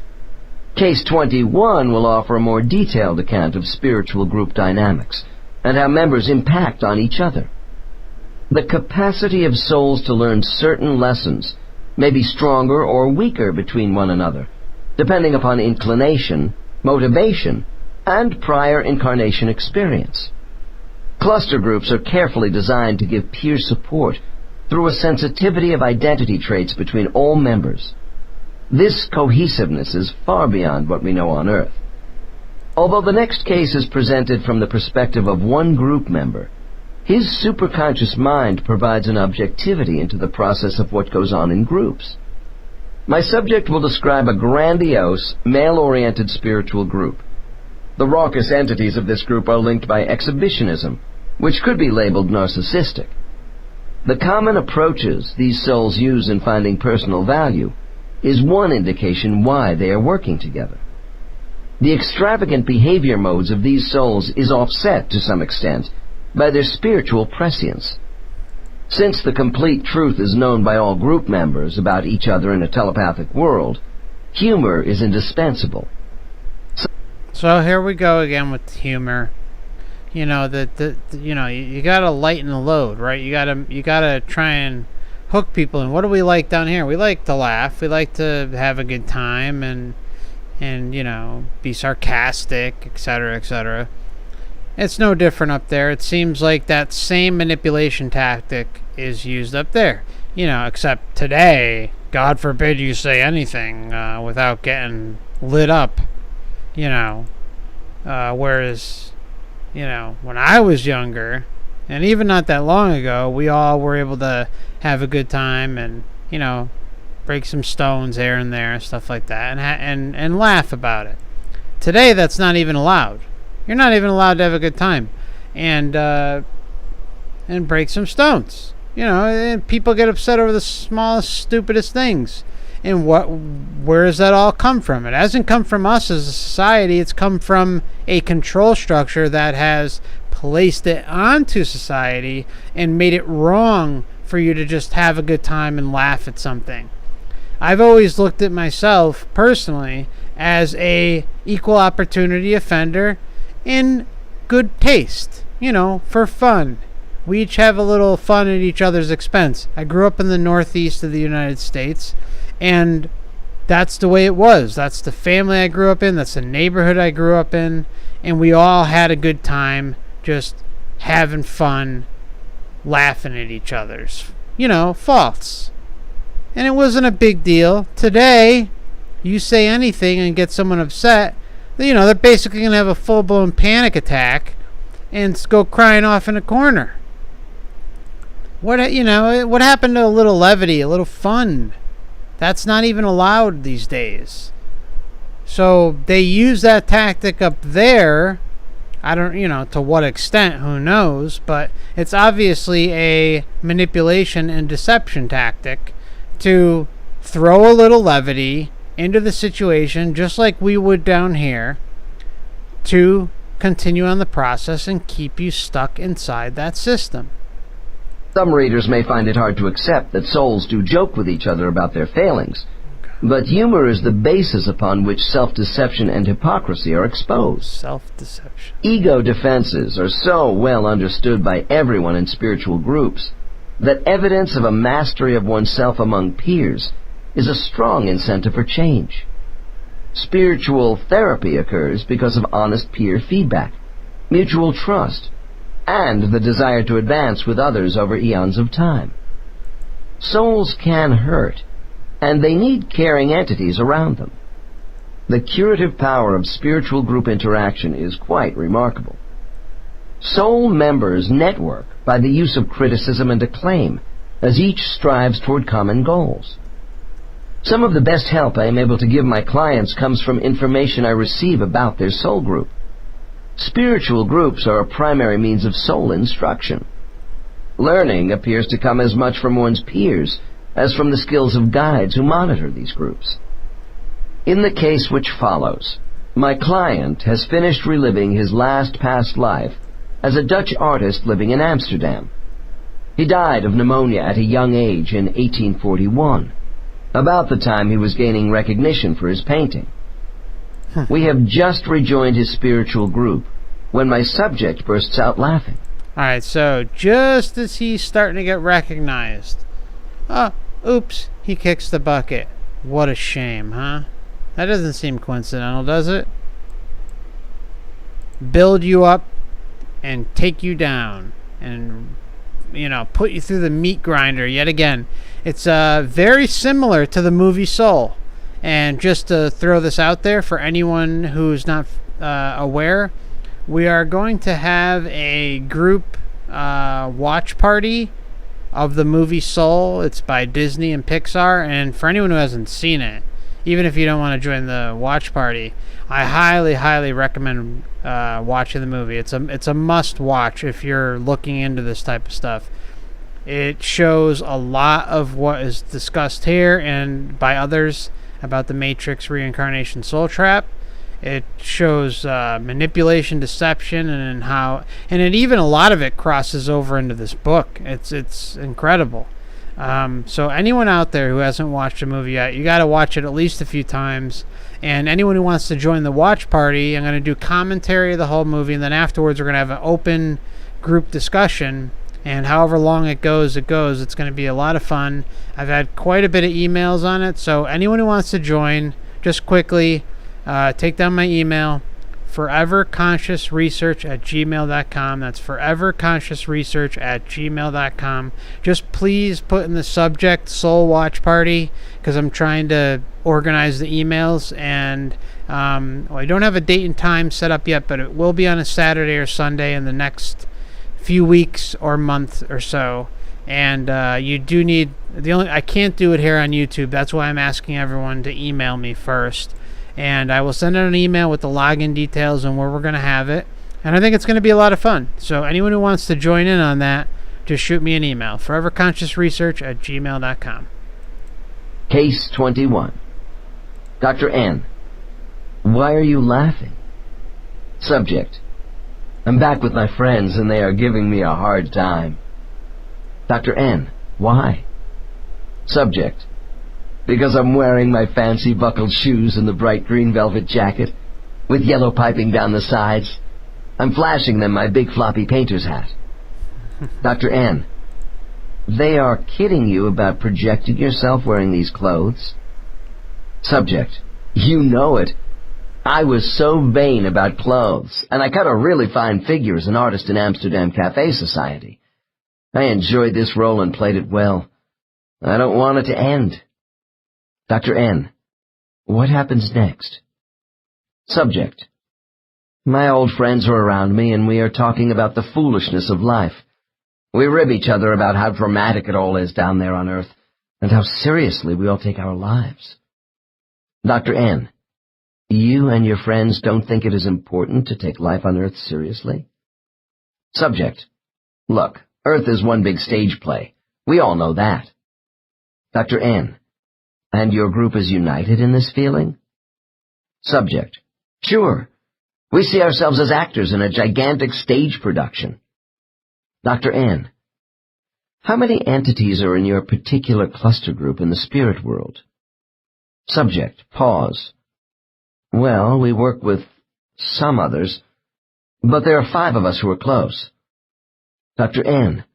By what name do they call you? Subject. Lem.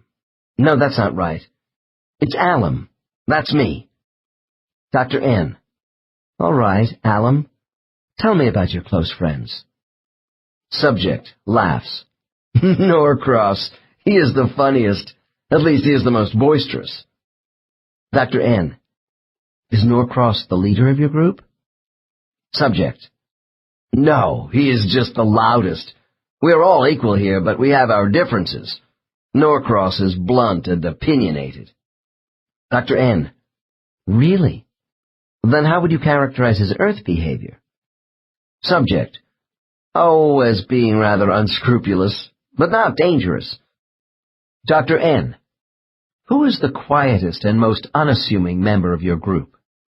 Subject, quizzical. How did you guess? It's Velo. Dr. N, does this attribute make Velo the least effective contributing member of your group? Subject, where did you get that idea? Velo comes up with some interesting thoughts about the rest of us. Dr. N, give me an example. Subject, in my life in Holland, the old Dutch couple who adopted me after my parents died, they had a beautiful garden. Velo reminds me of my debt to them, that the garden triggered my painting, to see life as an artist, and what I didn't do with my talent. Dr. N, Failures. does Velo convey any other thoughts to you about this?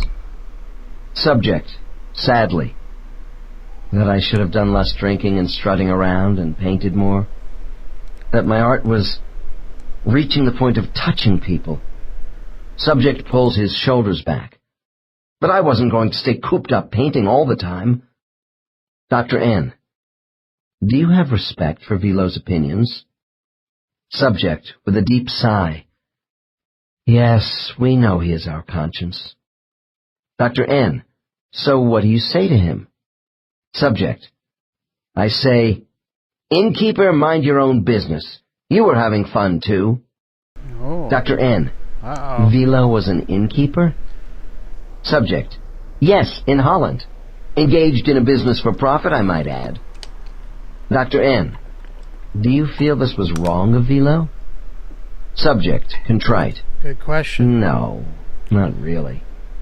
We all know he took losses to help those poor people on the road who needed Not really. Not really, and contrite. food and shelter. His life was beneficial to others. Dr. N, I would guess telepathic communication makes it hard to sustain your arguments when the complete truth is known by everyone? Subject, yes. We all know Velo is progressing. Damn. Dr. N, does it bother you that Velo may be advancing faster than the rest of you? Subject, yes. We have had such fun. Subject then recalls an earlier life with Velo, where they traveled together as brothers in India. Dr. N, what will happen to Velo? Subject, he is going to leave us soon. We all know that. To have associations with the others who have also gone. Dr. N, how many souls have left your original group, Alum? Subject, a long pause and then ruefully, oh, a couple have moved on. Okay, so there's been a couple that have moved on. Are those the ones that escaped? Or did they fall under the reign of another so-called teacher and moved up in the pyramid because they decided to become parasites of the system? We have no clue. We will eventually catch up to them, but not for a while. Not for a while. They haven't disappeared. We just don't see their energy as much. Dr. N, name the others of your immediate group for me, besides Velo and de Norcross.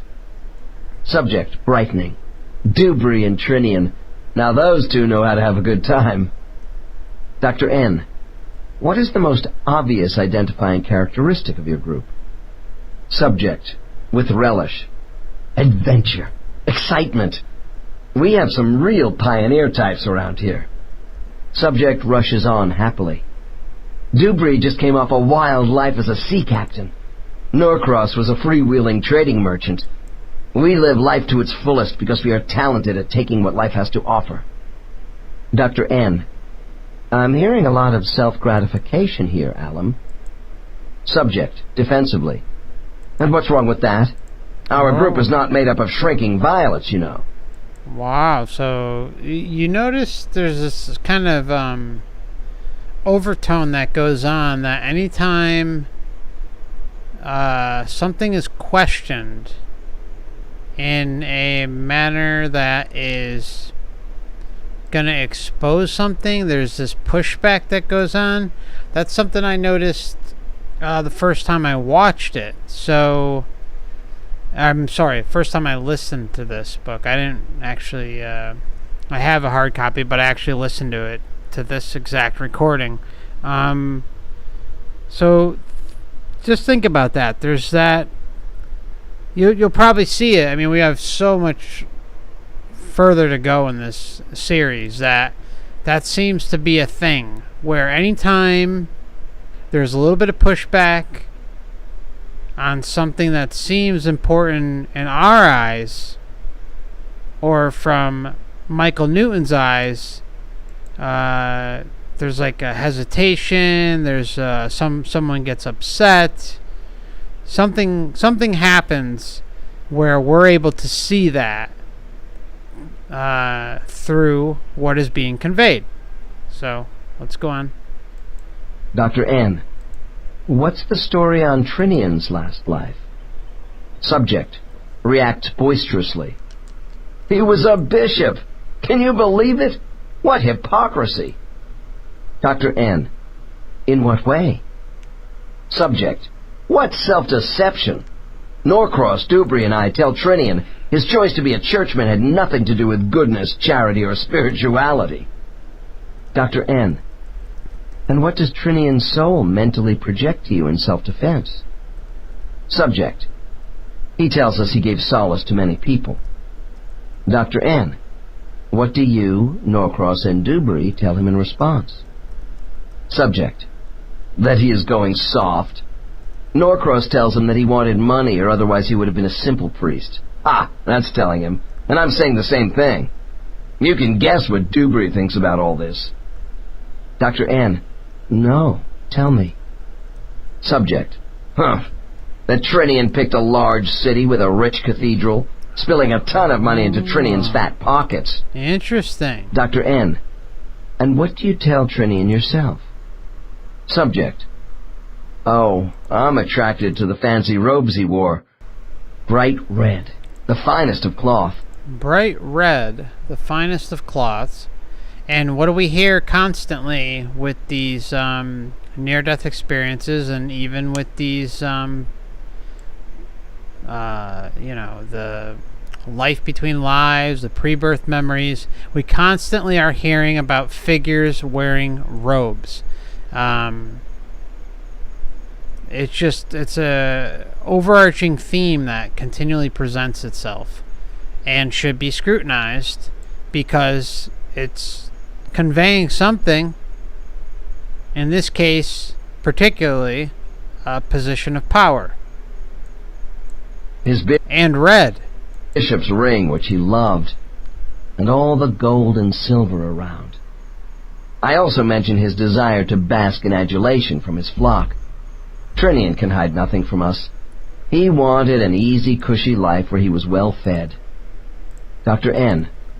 Does he try to explain his motivations for choosing this life? Subject. Yes, but Norcross reproaches him.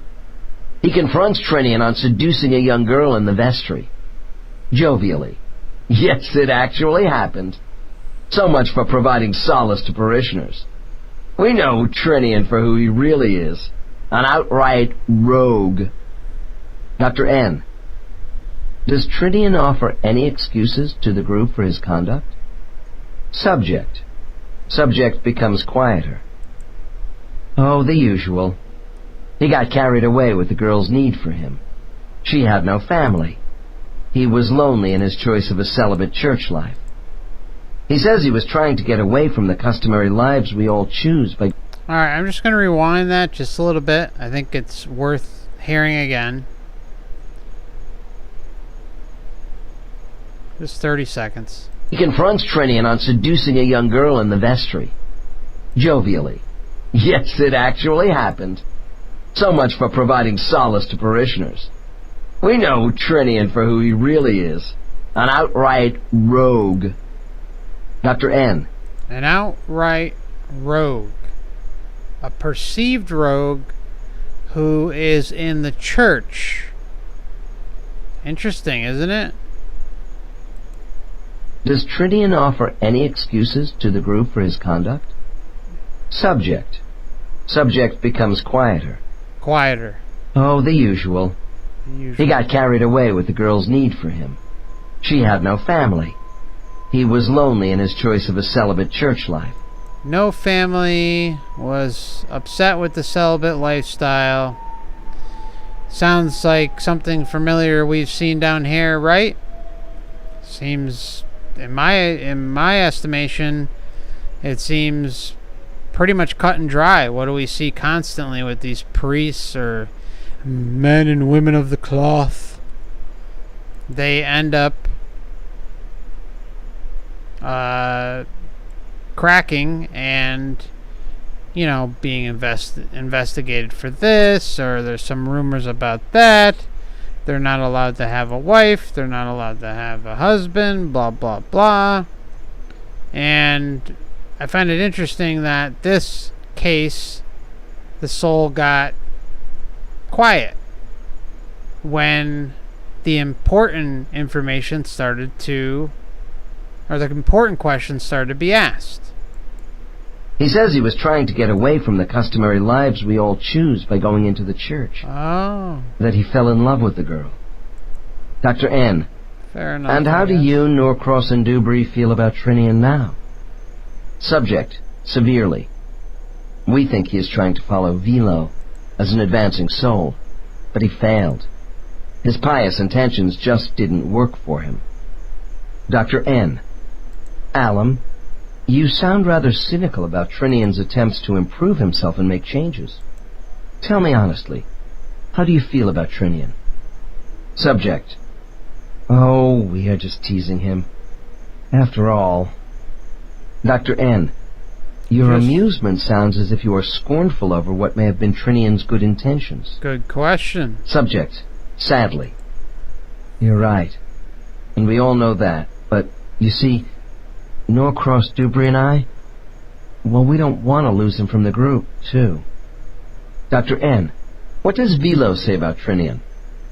Subject. He defends Trinian's original good intentions and tells him that he fell into a trap of self-gratification during... Oh, defend. Fell into a trap of self-gratification. ...in this life in the church.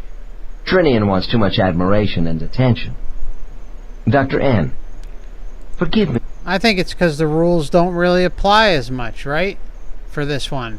And he just happens to be a member of the church. Dr. N. What does Velo say about Trinian? Subject. He defends Trinian's original good intentions and tells him that he fell into a trap of self-gratification during this life in the church. Trinian wants too much admiration and attention. Dr. N. Forgive me for passing judgment on your group, Alum, but it seems to me this is something you all want, except perhaps Velo? Subject. Hey, Velo can be pretty smug. Let me tell you, his problem is conceit, and Dubry tells him that in no uncertain terms. Dr. N. And does Velo deny it? Subject. No, he doesn't. He says at least he is working on it. Dr. N. Who among you is the most sensitive to criticism? Subject. Pause. Oh, I guess it would be Norcross. But it's hard for all of us to accept our faults. Dr. N. Level with me, Alum. Does it bother the members of your soul group when things can't be hidden from the others? When all your shortcomings in a past life are revealed? Great question. Subject. Pause. We are sensitive about it, but not morbid. There is great understanding here among us.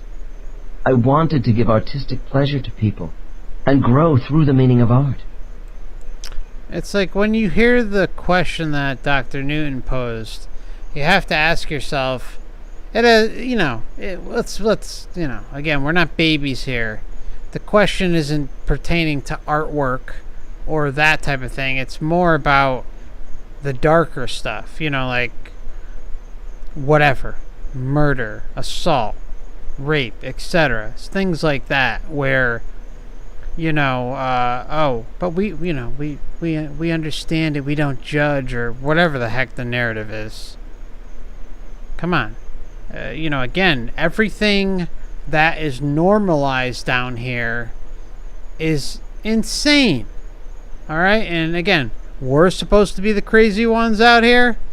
We're the crazy ones. When everything that is insane has been normalized, and over and over and over, lifetime after lifetime, generation after generation, you're born into this type of thing, and everything becomes normalized because you're so used to it. Well, that doesn't fly. That doesn't fly for people who look at this stuff with a rational view and say, okay, nothing adds up. Everything goes against what should be right. You know, everyone should be doing what's right for the sake of doing what's right. Being kind for the sake of being kind. Not normalizing war. Not normalizing complete insanity and lack of caring for one another. And the end of war, war, famine, all this crap that's put in our foods. I mean, we can go on and on and on about it. It's just, everything is normalized. As I've said in the past, Earth is like a giant case of Stockholm Syndrome on steroids. Because everyone has become so used to the insanity that it's just like another day. You wake up and you say, oh, well, okay, there's a little bombing over here, there's a war over here, there's, a poor guy or a woman starving over here, and this and that. I mean, and the people are losing their houses, 10 at a time for a dime, and can't afford to take care of their children or themselves nonetheless. And everything's just normalized. Oh, okay, well, the monetary system is all we got. That's all we can do. That's the best we got. And it becomes normal. The suffering and insanity becomes normal. Because not only do you grow up with it, but you start to experience it, and you kind of poo-poo it away.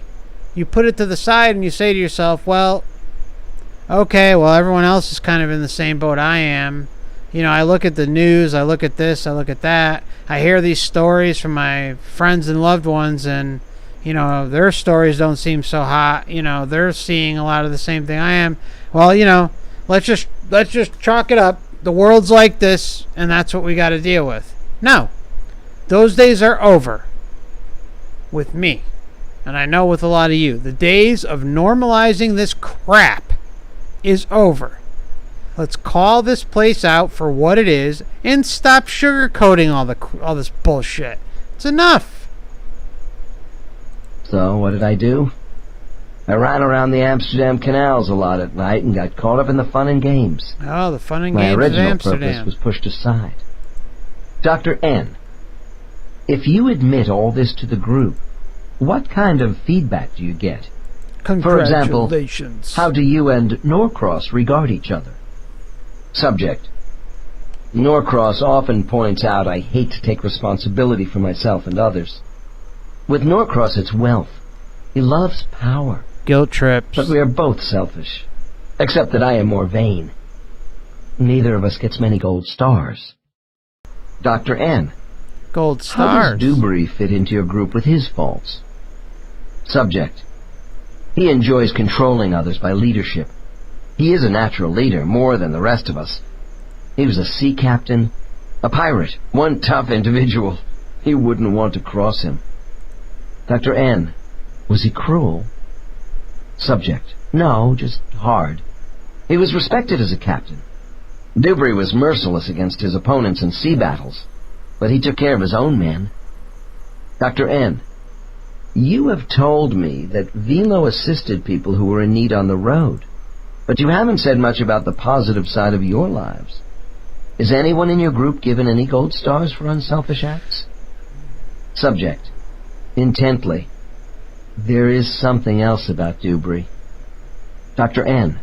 What is that? Subject. He did one outstanding thing.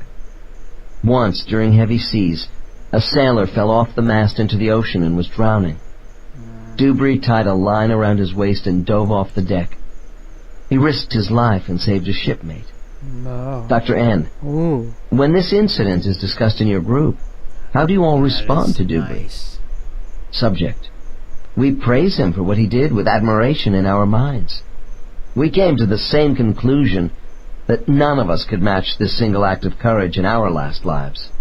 Oh, so immediately you are, the group is lessened because, they didn't risk their lives and do this or do that. They didn't throw the rope and jump into the water, whatever the hell is going on, where, nothing can compare to the great Dubray or whatever the hell the name is.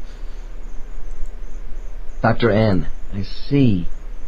Yet Velo's life at the inn, Milo. feeding and housing people who could not pay him, may represent acts of unselfishness for a longer term and therefore is more praiseworthy? Subject: granted, and we give him that. Laughs. He gets more gold stars than Dubry. Dr. N. And again, what's with the gold stars? I don't know about you guys, but I remember in kindergarten and even maybe like the first through third grade, we had the stupid gold stars. I don't know about you guys, but I remember it clear as day. They had these big boards with all of the names of the students written like on a big whiteboard or chalkboard. And then if you did something good, you would get a gold star. Or if you did whatever the hell the teacher wanted you to do, you would get the gold star. It's the same damn concept going on up there. Okay, well, if you're indoctrinated enough and you do well enough, then you get the gold star. If you do heroic acts in this case, then you get the gold star. And no one in the group can compare. See how there's this hierarchy and I'm better than you thing going on? It's pretty clear to me. I don't know about you. Do you get any strokes from the group for your last life? Subject: pause. I had to scramble for patrons to survive as a painter. But I was good to people. It wasn't much. I enjoyed giving pleasure. My group recognizes I had a good heart. Every one of my clients has special attachments to their soul group, regardless of character makeup. People tend to think of souls in the free state as being without human deficiencies. Actually, I think there are many similarities between groups of souls close to each other and human family systems. I agree. For instance, I see Norcross as the rebellious scapegoat for this group of souls, while he and Alum are the inventory takers for everyone's shortcomings. Oh. Alum said Norcross is usually the first to openly scrutinize any rationalizations or self-serving justifications of past life failures offered by the other members. He appears to have the least self-doubt and emotional investment over standards of conduct. This may define his own insecurity, because Norcross is probably fighting the hardest to keep up with the advancing group. I suspect Alum himself could be the group's mascot, often the youngest child in human families, with all his clowning around, preening, and making light of serious issues. Some souls in spiritual groups do seem to me to be more fragile and protected than other group members. Velo's conduct demonstrates he is the current hero, or eldest family member, with his drive for excellence. And kind of another thing just to add really quickly that you'll see in near-death experiences. I brought this up in the comments section, and I've even discussed it in some of my previous videos about how you'll hear this narrative of people who have these near-death experiences, and they feel as if they are walking into a stadium of sorts. And when they walk into the stadium, they have this whole host of people cheering them on, egging them on, giving them all this love and encouragement. And most of the time it leads to a 360-degree view of the life review. So, but in the background, chirping is a group of entities, some of which you know very well, some which you feel familiar with, who are, basically egging you on and giving you encouragement. So what does that do? It strokes the ego. It gives you the boost you need to get through that. And, maybe forget about the insanity that went on down here. Just saying. I have the impression from Alum that Velo is the least defiant of the group, partly because he has the best record of achievement in recent past lives. Just as in human family systems, the role of spiritual group members can be switched around. But I was told Velo's kinetic energy is turning pink, signaling his growth into level 2. I attach human labels on ethereal spirits, because after all, souls who come to Earth do show themselves through human characteristics. However, I don't see hatred, suspicion, and disrespect in soul groups. In a climate of compassion, there are no power struggles for control among these peer groups, whose members are unable to manipulate each other or keep secrets. Souls distrust themselves, not each other. I do see fortitude, desire, and the will to keep trying in their new physical lives. In an effort to confirm some of my observations about the social dynamics among spiritual group members in this case, I ask Alum a few more questions. Alright, so they distrust themselves. Is that all knowing to you? Again, with the near-death experiences and some of these things, they claim that they're all knowing. A lot of them do. And that they're on this mission, yada yada yada. Does that sound right? Does that kind of match up, that they distrust their own instincts? Does that seem like they really know what's going on if they don't even trust themselves up in the astral realm, where apparently they're supposed to be able to tap into everything and be all-knowing? No, it doesn't add up. Dr. N. Alum, do you believe your criticism of each other is always constructive? Subject. Sure. There is no real hostility.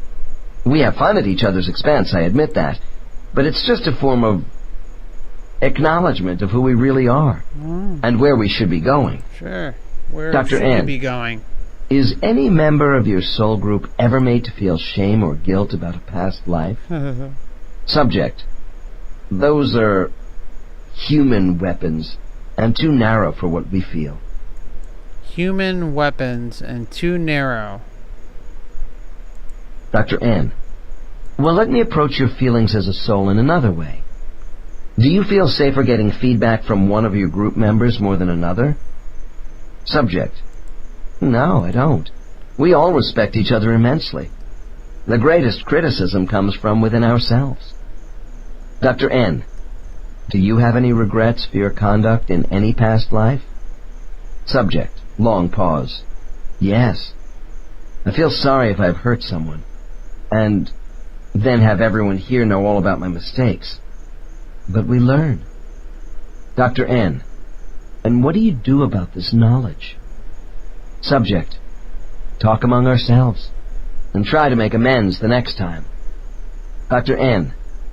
From what you told me earlier, I had the idea that you, Norcross, and Dubry might be releasing some pent-up feelings over your own shortcomings by dumping on each other. Subject, thoughtfully. We make cynical remarks, but it's not like being human anymore. Without our bodies, we take criticism a little differently. We see each other for who we are without resentment or jealousy. Dr. N. I don't want to put words in your mouth, but I just wondered if all this flamboyance exhibited by your group might indicate underlying feelings of unworthiness. Subject. Good question. Oh, that's something else again. Yes, we do get discouraged as souls and feel unworthy about our abilities to meet the confidence placed in us to improve. Dr. N. So while you have self-doubts about yourselves, it's okay to make cynical remarks about each other's motivations? Subject. Of course. But we want to be recognized by one another for being sincere in working on our individual programs. Sometimes self-pride gets in the way and we use each other to move past this. In the next passage of dialogue, I introduce another spiritual phenomenon relating to group healing. I have heard a number of variations about this activity, which are supported by the interpretations of Case 22. Dr. N. Now, Alum, as long as we are discussing how your group members relate to each other, I want you to describe the spiritual energy by which you are all assisted in this process. Subject, hesitant. I'm not sure I can tell you. Oh. Dr. N. Why not? Think carefully. Isn't there another means by which your group is brought into harmony with each other within... Alright, let's just rewind that. Why can't we be told? Dr. N. Now, Alum, as long as we are discussing how your group members relate to each other, I want you to describe the spiritual energy by which you are all assisted in this process. Subject, hesitant. I'm not sure I can tell you. Dr. N. Think carefully. Isn't there another means by which your group is brought into harmony with each other with intelligent energy? Subject, long pause. Ah. You mean from the cones. Dr. N. The word cone is new to me, but I know I'm on the right track. Yes, the cones. Explain what you know about them relative to your group. Subject, slowly. The honeycomb. Well, the cones do assist us. Dr. N. Please continue, and tell me what the cone does. I think I have heard about this before, but I want your version. Subject. It's shaped to go around us, you know. Dr. N. Shaped in what way? Try to be more explicit. And if you've watched the movie Soul, what does it look like on their soul body? It looks like a honeycomb. They have personality traits that are put on them, and it's in the shape of a honeycomb. Subject. It is cylindrical, very bright. It is above and all around us. The cone is small at the top and wide at the bottom, so it fits over all of us, like getting under a great white cap. We can float under the cone in order to use it. Dr. N. Are you sure this isn't the shower of healing you experienced right after your return to the spirit world? Subject. Oh no, that was more individual purification, to repair earth damage. I thought you knew. Dr. N. I do. I want you to explain how the cone is different from the shower of healing. Subject. The top funnels energy down as a waterfall in a spreading circle around all of us, and allows us to really concentrate on our mental sameness as a group. Dr. N. And what do you feel when you are under the cone? Subject. We can feel all our thoughts being expanded, then drawn up and returned back, with more knowledge added. Dr. N. Does this intelligent energy help your unity as a group in terms of more focused thinking? Subject. Yes, it does. Dr. N. Deliberately confrontational. To be frank with you, Alum, I wonder if this cone is brainwashing your original thoughts. Good. After all, the arguments and disagreements between you and the others of your group are what make you individuals. Subject laughs. We aren't brainwashed. Don't you know anything about the afterlife? It gives us more collective insight to work together. Alright, again, it's collective. Collective. You're working as a hive mind within your soul group to manipulate and deceive and guide each other in a certain direction, both out there and down here. Dr. N. Is the cone always available? Subject. It is there when we need it. Dr. N. Who operates the cone? Subject. Those who watch over us. Dr. N. Your guide? Subject bursts out laughing. Shadow? I think he is too busy traveling around on his circuit. Dr. N. What do you mean? Subject. We think of him as a circus master, a stage manager of our group. A circus manager, a stage master. Let's hear that one more time. Dr. N. What do you mean? Subject. We think of him as a circus master, a stage manager of our group. Dr. N. Does Shato take an active part in your group deliberations? Subject shakes head. Not really. Guides are above a lot of this stuff. We are left on our own quite a bit, and That's right. They need to knock you down a peg or two, right? You don't deserve to be up on their level. You better follow the orders, and that's the way it goes. You don't deserve to be sovereign and free. No, you need to be more worried about karma and sinning and this and that. And then all of a sudden it seems to just, think about the absurdity, because everything you're taught is that, you're going to be judged, you're going to be this, you're going to be that, you're going to go through the life review, all this craziness, and then all of a sudden you end up in this group, you end up back in the soul group, and they're tugging at the little puppet strings as a group. And you're answering to a hierarchy that is kind of guiding you and telling you where to go. It's absolutely ridiculous. So throw karma, throw sinning, all that crap out the door, because all you will see, left and right, up and down, is contradiction after contradiction after contradiction in all this stuff. All right?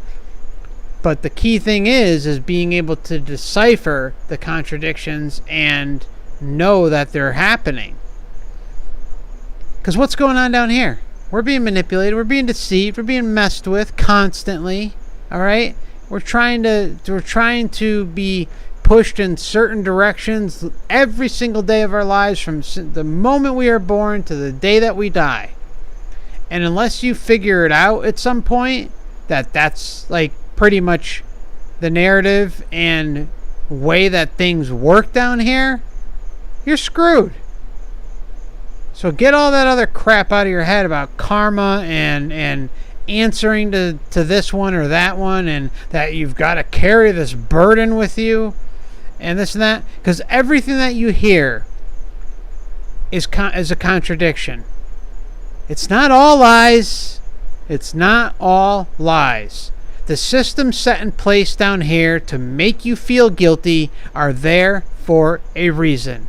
They're not there to advance your spiritual progression and make you one with the universe and everything's love and light. No, none of it is set in place to give you that. It's all there to get you to bow down and fall for the bullshit, and then you just conveniently get your memories wiped, and and you forget everything.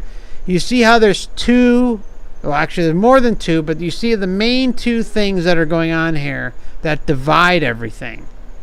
It's clear as day to see. I'm telling you, brothers and sisters, don't let this opportunity pass you by to learn this material. It is so important to see both sides of the coins. The coins. Well, there's a lot of coins. Fine. Dr. N, do you think there is one specific reason for the absences of Shato? Subject. Pause. Oh, he probably gets bored with our lack of progress. He loves to show off as the master of ceremonies, though. Dr. N, in what way? Subject, chuckling. Oh, to suddenly appear in front of us during one of our heated debates, throwing off blue sparks, looking like a wizard who is an all-powerful moderator.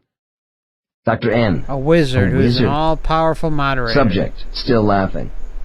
A shadow appears in long sapphire blue robes with a tall pointed hat. Again, blue robes with a tall pointed hat. The position of power, yet again, being pushed down upon the little minions out there who are not worthy of ascending and taking care of themselves and doing what they need to do, or doing what they want to do. It's all methods of control. With his flowing white beard, he looks simply great, and we do admire him.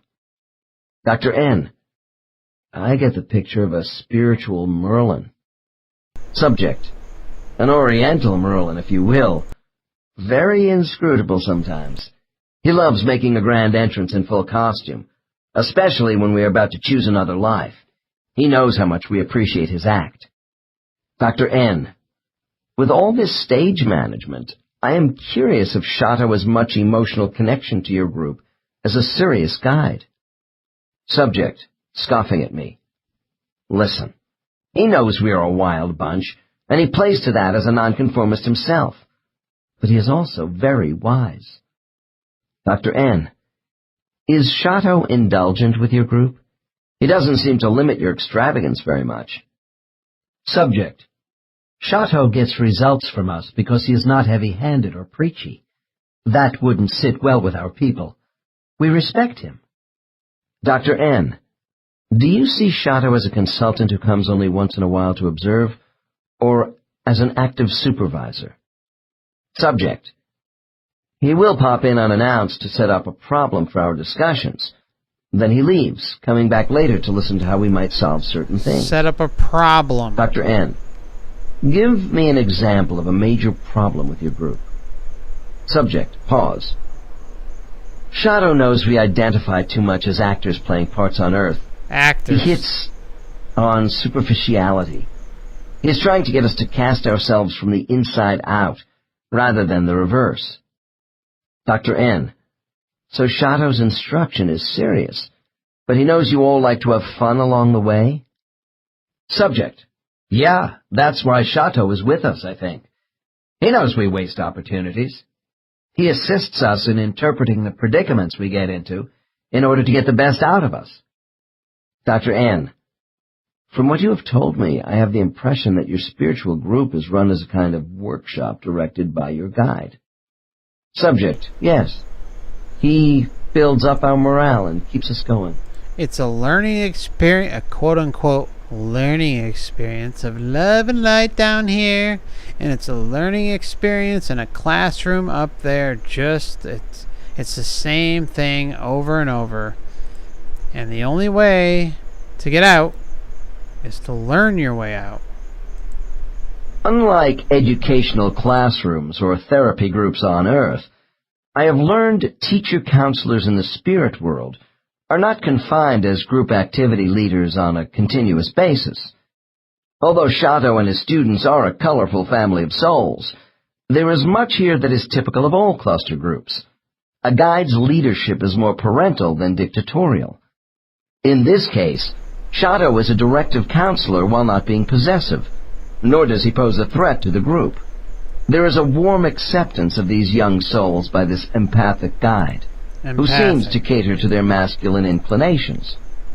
I will close this case with a few final questions about the group as a spiritual unit.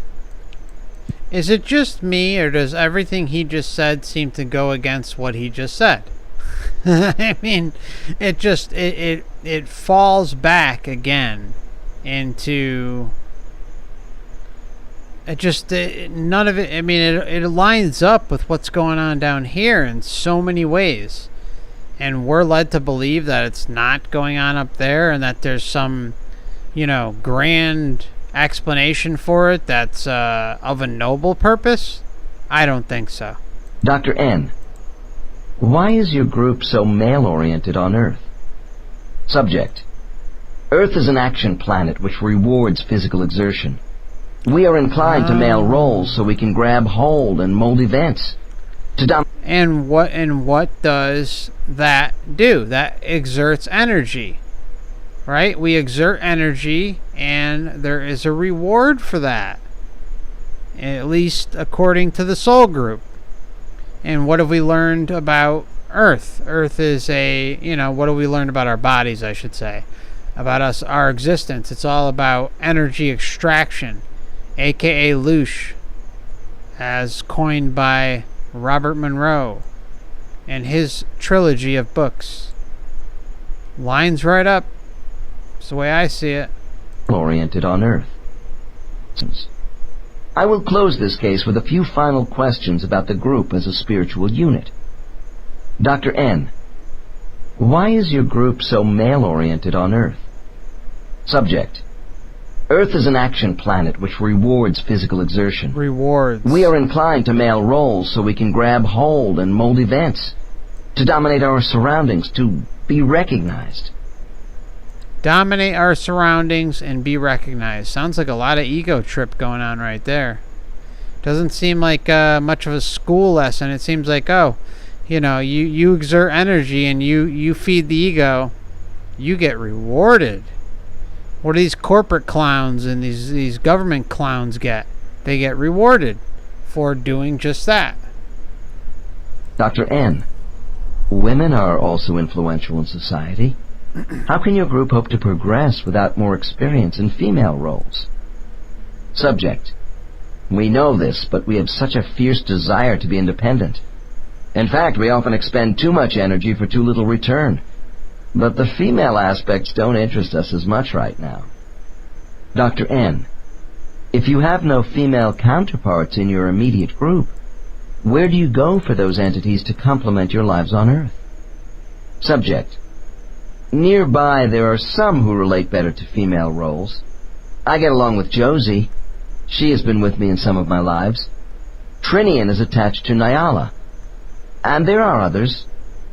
Dr. N, Alam, I would like to end our conversation about your spiritual associations by asking you what you know about the origin of your group.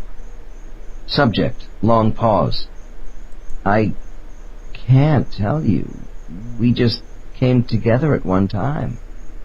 Dr. N, well, someone had to bring those of you with the same attributes together. Do you think it was God? Subject: puzzled. No. Below the source. The higher ones. Below the source, the higher ones. One more time. Came together at one time. Dr. N, well, someone had to bring those of you with the same attributes together. Do you think it was God? Subject: puzzled. No. Below the source. The higher ones. Dr. N, Shato or other guides like him? Subject: no, higher. I think. The planners. The planners. I don't know anymore. Dr. N. See, I don't know anymore. They don't even know. They have no clue. They're blocked off from this knowledge. The key knowledge, the important knowledge that we all should know. We should be able to tap into this. And where is it leaving us? It's leaving us at a dead end and just spinning our circles. I mean, they have no clue what's going on. They're frustrated. They're almost defensive and confused, and mixing up what they're saying. It's very, very off-putting, and it should scream deception and manipulation. A while back, you told me some of your old friends were reducing their active participation in your group due to their development. Do you ever get new members? Subject: never. Never. Dr. N, is this because a new member might have trouble assimilating with the rest of you? Subject: laughs. We aren't that bad. It's just we are too closely connected by thought for an outsider, and they would not have shared our past experiences. Alright, so you see how there's that segregation going on, and we've seen a ton of examples of this so far. You're in this group, and you're only allowed to go outside of this group in very, very small ways. And whether they it seems like they make you feel special and this and that to be part of this group. And along the way, interactions outside of said group is pretty much, from what I gather, forbidden. Or if it isn't, it's got to be on a similar wavelength as to the group that you're involved with. And there's a lot to suggest that that's exactly what's going on. That there's almost like to what's going on these days with the whole quarantine thing. It seems to be going on up there. Even though there's this perceived freedom going on, it's all based in manipulation and deception yet again. Dr. N, during your discussions about these past lives together, does your group believe it contributes to the betterment of human society? Subject, pause. We want our presence in a community to challenge conventions, to question basic assumptions.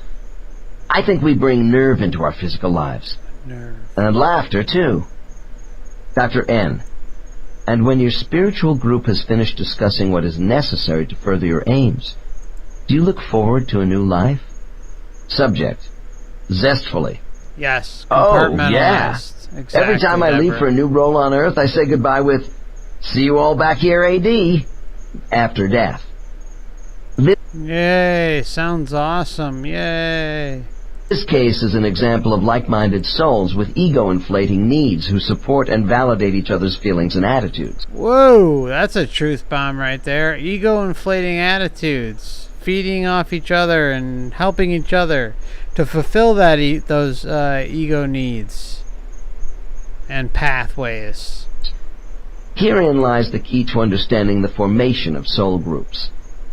I have learned that many spiritual clusters have subgroups made up of entities whose identities are linked by similar issues, blocking their advancement. Even so, these souls do have differences in strengths and weaknesses. Each group member contributes their best attributes toward advancing the goals of others in the family. I do not want to leave the impression from Case 21 that the few remaining souls in this inner circle of close friends represent the behavior traits of everyone in the original cluster. When a primary group of, say, 15 or 20 souls is formed, there are marked similarities in talent and interests. But a support group is also designed to have differences in disposition, feelings, and reactions. Typically, my subjects report a male-female-oriented mixture of one or more of the following character types in their groups. 1. Courageous, resilient, a tenacious survivor. 2. Gentle, quiet, devoted, and rather innocent. 3. Fun-loving, humorous, a jokester and risk-taker. 4. Serious, dependable, cautious. 5. Flamboyant, enthusiastic, frank. 6. Patient, steady, perceptive. 7. Thoughtful, calculating, determined. 8. Innovative, resourceful, adaptable. These differences give a group balance. However, if an entire group displays a strong tendency toward flamboyance or daring, the most cautious member would appear less so to another group of souls. There is no question that the souls in Case 21 are in for a long development period, yet they do contribute to the vitality of Earth. Subsequent questioning of this subject revealed the paths of these souls continue to cross in the 20th century. For instance, Alum is a graphic designer and part-time professional guitar player, involved with Josie, who is a singer. The fact that the closely knit souls in this case were so male-oriented in their physical lives does not take away from their ability to associate with young souls with predominantly female preferences. Cluster groups are gender mixed. As I have mentioned, truly advanced souls have balanced gender preferences in their physical life choices. The desire for expression of self-identity is an important motivating factor for souls choosing to come to Earth to learn practical lessons. Sometimes a reason for discomfort with the lower-level soul is the discrepancy in perception of self in their free soul state compared to how they act in human bodies. Souls can get confused with who they are in life. Case 21 did not seem to exhibit any conflict in this area, but I question the rate of growth achieved by Alum in recent past lives. However, the basic experience of living a life may compensate to some extent for the lack of insight gained from that life. Our shortcomings and moral conflicts are recognized as faults far more in the spirit world than on Earth. We have seen how the nuances of decision-making are dissected and analyzed in spiritual groups. Cluster members have worked together for such a long time in Earth years that entities become accountable to each other and the group as a whole. This fosters a great sense of belonging in all spiritual groups, and can give the appearance of thought barriers between clusters, especially with souls in the lower levels.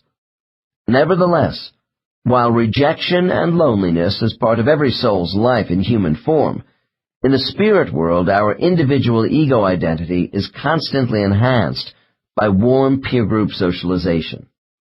The social structure of soul groups is not the same as groups of people on Earth.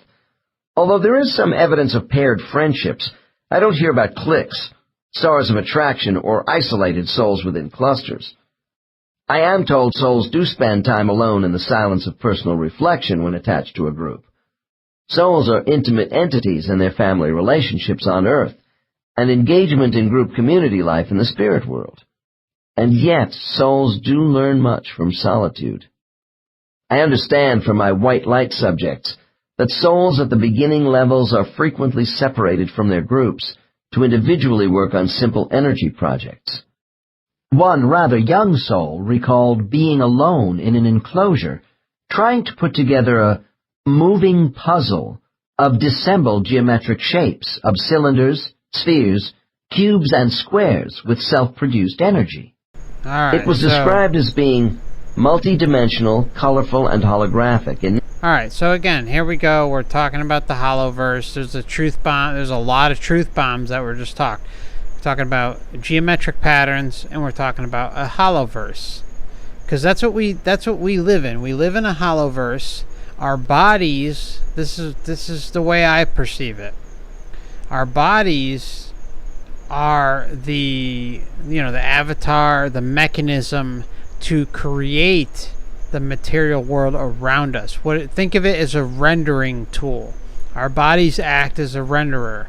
So as we walk around, it's a very high-tech rendering avatar, but we're able to experience this material world based on our how do I put this? Us being shoved in the body, like we're trapped, just like the whole topic. Like our entire existence is trapped into this avatar. Okay, it is what it is. We have to just accept that. And the body renders the experience around us and creates the illusion of the material world. And that, in my opinion, has been proven 10 times over. I don't even think that, in my opinion, it's not even up for debate. People who question it, that's perfectly understandable because it sounds batshit insane. My suggestion would be to further do your, further look into holographic universe, or multiverse, Hollowverse, how it relates to us having this experience. Because the other thing you'll see in these near-death experiences and out-of-body experiences is that there is a whole host of realms that represent themselves just as what we see down here, but they're a little different. But they're a good representation of what's going on down here and how it relates up there. If I'm saying that correctly, hopefully it makes sense. But I would suggest that everyone here take a look at, and this is the very, very rare moments when I will suggest taking a look at anything related to the CIA. There is a paper. It's 29 pages. And it's not even just this paper, because it goes way beyond it. And when you're looking at other things, there's a paper called The Gateway Experience, and it's 20. You could find it in the reading room of the CIA. And what it talks about, and it even shows a cube over our head, and it explains not just how we have this physical experience and describe it in great detail, but it also talks about the Monroe Institute and how the audio files that they put out and the classes and lectures that they give, how they work. How, like, basically the CIA was asking, like, okay, it seems like there's a lot of success going on here with this particular Monroe Institute. How does it work, etc., etc.? And it breaks it down. So it is a cornucopia of information that you can look at and say, wow, that really explains a lot. But that's just one example. One. So you can, if you want, you can throw that document outside the window and say, okay, forget it. Because there's many other scientists, and, you know, we all know that many are bought and paid for, but, you know, there's a lot of information that has come to pass since about 2005 that really paint a clear picture that we are in a holographic universe. Holoverse. Well, I won't say multiverse because I can't really speak for what's outside of here. I'm talking about here and the umbrella of the astral realms that are part of the control structure here. So, you know, we can get into that in another video down the road, but our bodies basically render the experience around us as we walk around, and once they cease to exist, that experience obviously goes away. So, yeah, I'll just leave it at that. I don't want to go too much on a tangent on that, but that's the best way to put it. That, or the best way that I can put it, personally, is that we have these bodies, these avatars, and they render the experience around us just like, how you can switch quality on a video you're watching. What you can do is you can switch from, you know, 240p to 360p to 480p to 780 to or 720 to 180, 1080, etc. in the 4K, and the quality gets better and better. Except our avatars provide a pretty consistent rendering of our experience around us. Yeah, I will. Give me a moment. What I'll do is I'll get the document and I'll link it. Just I do have it. So let's continue on with this. And once this case ends, we're going to wrap it up. But I will make sure that I get that document out to you guys. It's a must read. It's one of the probably the best document they've ever put out, and you will never probably hear me ever suggest anything by them again. So just let me continue and I'll dig that up for you guys. One moment. Nature. He said, "We have to learn to intensify our energy to bring the diffused and jumbled into focus, to give it some kind of basic shape." Another subject added, "These tests give the watchers information about our imagination, creativity, and ingenuity, and they offer us encouragement rather than being judgmental. Souls on all levels engage in another important activity when they are alone. They are expected to spend time mentally concentrating on helping those on Earth, or other physical worlds, whom they have known and cared about. From what I can gather, they go to a space some call the place of protection. Here they enter an interdimensional field of floating silvery blue energy, and project outward to geographical areas of their choosing. I am told this is a mental exercise in holding and releasing positive vibrational energy to create a territory. This means souls ride on their thought waves to specific people, buildings, or a given area of land in an attempt to comfort or effect change." 10. The intermediate soul. Once our souls advance past level 2 into the intermediate ranges of development, group cluster activity is considerably reduced. This does not mean we return to the kind of isolation we saw with the novice soul.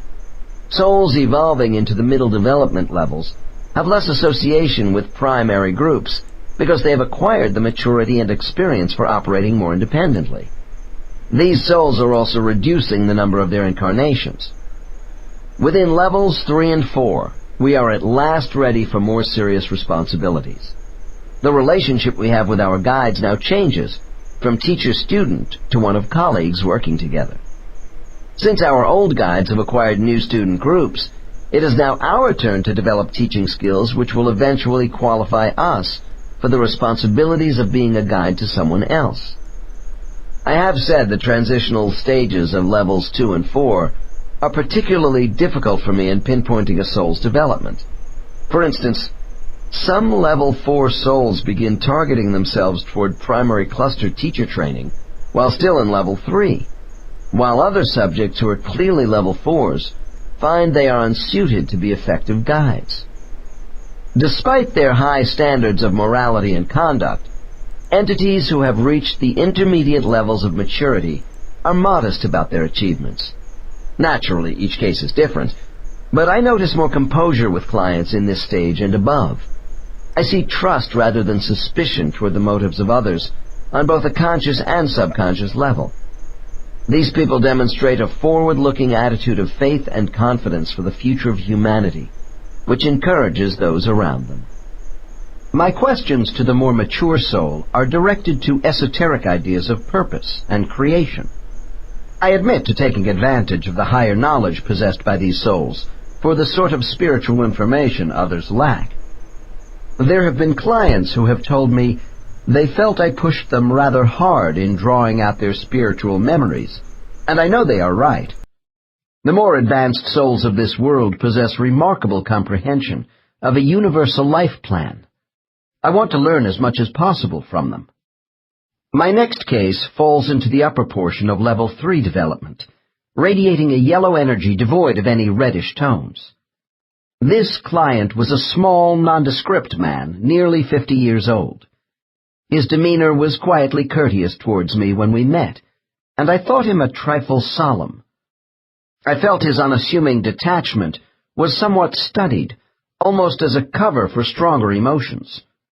The most striking feature about him was his dark, morose eyes, which grew more intense as he began to talk about himself in a direct and persuasive manner. He told me he worked for a charitable organization dispensing food to the homeless, and that he had once been a journalist. This client had traveled quite some distance to discuss with me his concern over a decline in enthusiasm for his work. He said he was tired and wanted to spend the rest of his life quietly alone. His first session involved a review of the highlights of many past lives, so we could better evaluate a proper course for the remainder of his current life.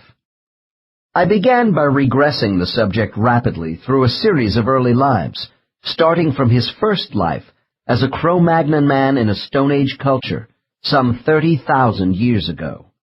As we moved forward in time, I noted a consistency of lone wolf behavior patterns as opposed to normal tribal integration. From about 3000 BC to 500 BC, my client lived a number of lives in the Middle East, during the rise of the early city-states in Sumerian, Babylonian, and Egyptian cultures. Nevertheless, even in lives as a woman, this subject often avoided family ties, including having no children. As a man, he showed a preference for nomadism. By the time we reached a life in Europe during the Dark Ages, I was becoming accustomed to a rebellious soul resisting tyrannical societies. During his lives, my subject worked to uplift people from fear, while remaining non-aligned to opposing factions. Suffering hardships and many setbacks, he continued as a wanderer, with an obsession for freedom of movement. Some lives were not too productive, but during the 12th century, I found him in Central America in the body of an Aztec, organizing a band of Indians against the oppressions of a high priest. He was killed in this setting as a virtual outcast, while promoting nonviolent relations between tribes who were traditional enemies. In the 14th century, this soul was a European chronicler, traveling the Silk Road to Carthage to gain understanding of the peoples of Asia. Always facile with languages, as he is today, my client died in Asia as an old man, happily living in a peasant village. In Japan, at the beginning of the 17th century, he was a member of the clan of the Bleeding Crane. These men were respected, independent samurai mercenaries. At the end of this life, my subject was living in seclusion from the ruling Tokugawa shoguns, because he had advised their weaker opponents on battle strategy.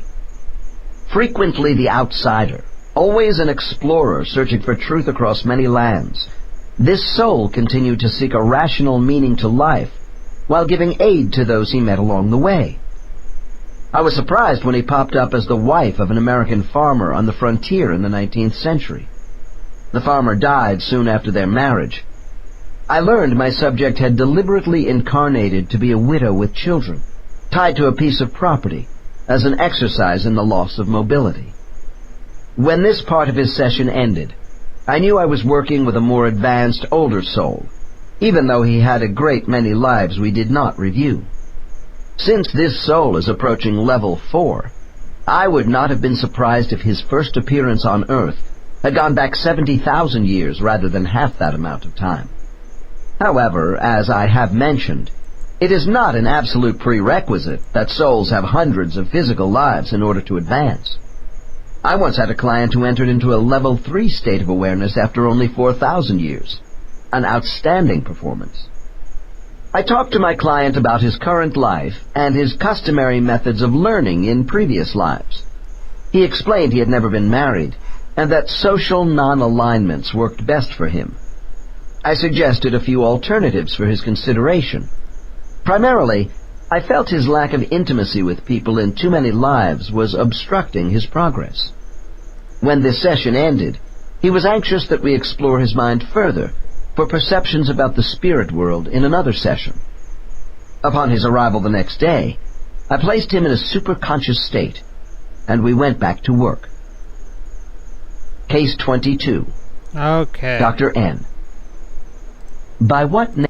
Okay, so I am going to leave tonight's show at that.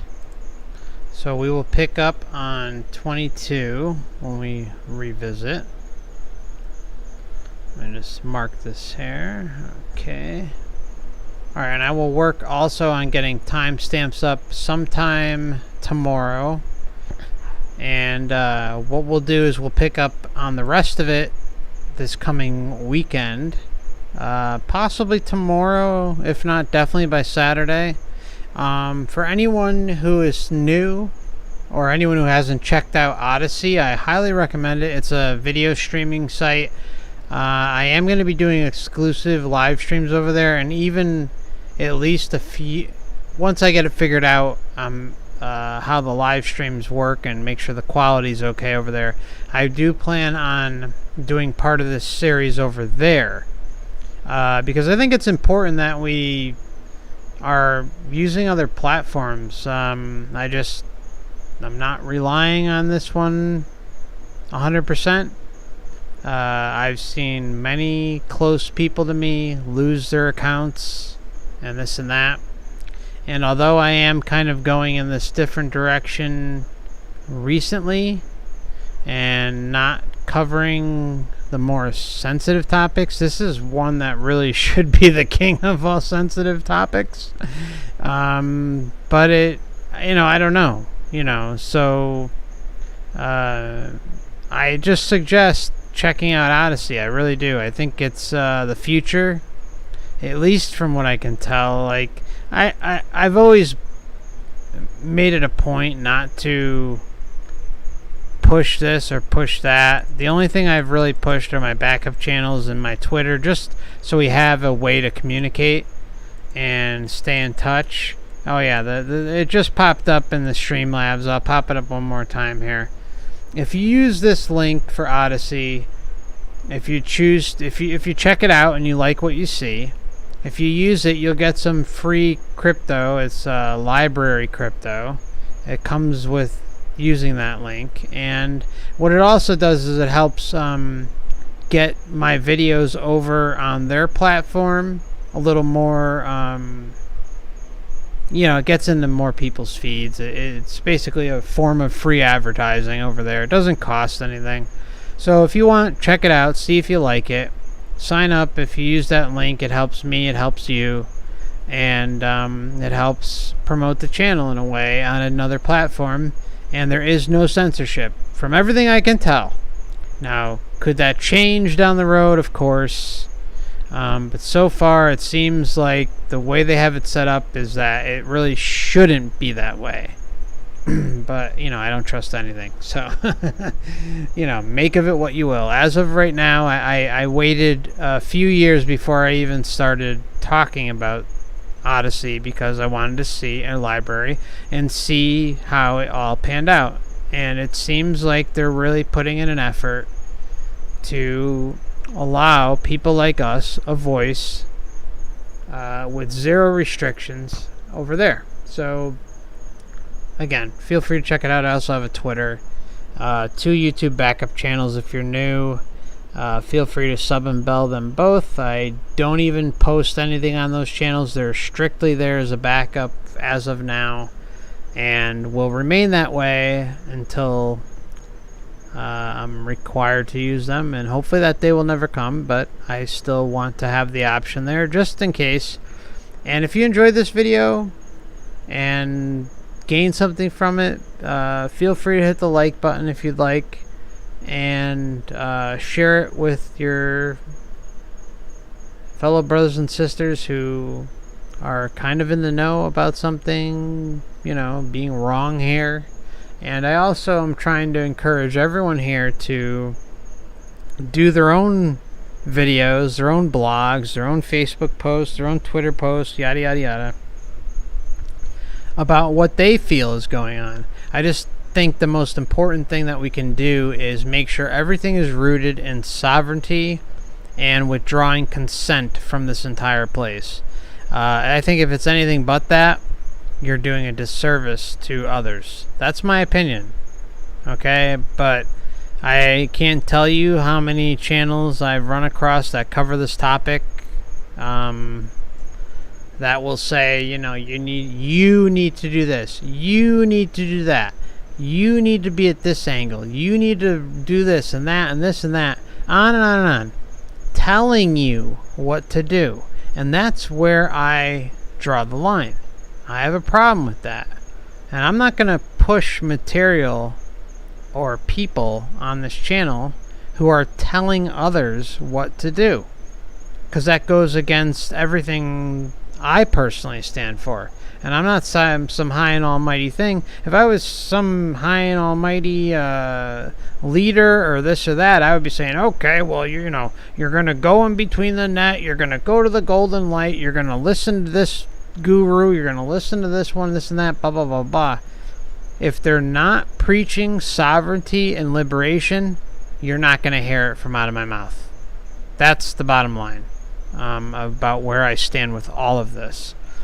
So yeah, I will make suggestions on what I feel are good, well-meaning people who are in an avatar right now, who are leading you in that direction. But I'm not gonna I will never lead you to a direction where someone is telling you what to do or where to go, if it doesn't involve liberation and sovereignty. Because there's a ton of them out there, ton of channels that cover this topic, but you've got to go with the aliens, or you got to go with the Palladians, or you got to go with Alibaba, or you got to go with Jesus or Mohammed or Buddha or this that. No, you're never going to hear that here, and I'm never going to openly promote that. Some people may comment that stuff here and in the comment section, but I do not endorse that, and I think that's counterproductive to all of our growths. And again, I'm not some high and mighty person. Everything comes down to you're in the driver's seat. You have to be in the driver's seat. There's no David Icks, there's no Dalai Lamas, there's no groups, there's no gurus, there's none of that. Okay? None of it. If you're listening to David Icke, if you're listening to this one and that one, telling you about the Matrix, the Moon Matrix, and this and that, yeah, you know what? It might be true that the moon is part of the white light that we see. We have no way of knowing. That's really the bottom line with that one. But if someone is not telling you to take the reins and control for you to be you and assert that sovereignty, then I feel that is misdirection. You can go and risk it, do what you want to do. Everyone has the choice to do and go where they want. But the whole point of this, everything I'm doing here is to make sure that us as individuals have the control. Not anyone or anything. Not Grandpappy Winston, who's going to show up when you die. Not your pet. Not your guru. Not some Dharma book. Not some Bible. Not some Quran. On and on and on. They may help you in your journey, and that's an important thing. It's not like there's no value in these books or these gurus or what have you, but the whole point is that we have to be in the driver's seat, because that's the only way we get out of here. In my opinion, actually it's not even an opinion, it's a knowing. I know it within inside me, and that's it. We're in the driver's seat. Hashtag last timers. Don't let anyone tell you where you should go or what you should do or this or that. You have to know it with every fiber in your being and come from a place but nothing but sovereignty and liberation to completely not just exit the earth realm, but the entire substructure of this entire universe, that holoverse that is here, and proceed out into the multiverse and become independent. And then once we have our time to unwind and know that we're out here, then yeah, let's go explore and do what we want to do and this and that. But remember, the most important thing is once we do get out of here, that we need to have access to like a God mode. So say you wanted to come to a place like Earth. Let's just, God forbid, okay? Let's just say you wanted to have a material type experience again outside of here, outside of its control structure and sub-realms. That's fine, because maybe, we might, I think we got bored. I think that's how we got here. Like, we got bored, we got curious, and we ended up here, and we've probably been here for a long-ass time. And so there's nothing wrong with wanting to go and experience something different and new when we get out of here, but we just need time to make sure that we're completely out of the grips and the grasp of this whole thing. That's really the bottom line. And I just hate to see misdirection that is taking away from people's sovereignty. Because what does this realm do? This realm does that constantly. All it wants to do is steal a piece of you or everything from you and pass it off to something else. Whether it be religion, whether it be science, whether it be your family, whether it be your parents, your loved ones, it doesn't matter what it is. The point is everything is based in a structure that takes you away from you, your sovereignty, your right to choose, your right to deny consent. And we're here for the duration that we're here, and we just have to stomach that. It is what it is. And back to PKOSB. Earlier you said, we were talking about, I'm, being black-pilled and something along the lines of, what do we do because everything is against us here? No. you still, enjoy the relationships you have. Enjoy the healing properties that nature provides you. We can't be so black-pilled that we shut off everything. Otherwise, we're living a miserable existence until we die. That's not the way to live, right? I mean, yeah, the point is to be aware that we know what's going on here, that we have the control, and that we can take the bull by the horn, so to say, and do what's right for us when the time comes. But until then, enjoy your relationships. Enjoy the relationships that you love, you enjoy. Be with your family or whoever. Sometimes family isn't an option. Sometimes maybe it's your friends or your partner or what have you. Your pets. Enjoy it. I have a number of relationships I love and enjoy. Some of them are in the Matrix still, and a nice little section of them are not, which is beautiful. I'm lucky in that aspect. And I hope some of you have that opportunity as well. But if you don't, and you still value and enjoy the relationships that you do have, hold on to those, because it's really important. This information, as important as it is, we still have to live day to day. We still have to get by day to day. PK says, I asked who or what can we trust. I don't know anything about Black Pill. I'm sorry, PK. I think I might have been mixing that up with another comment. I apologize.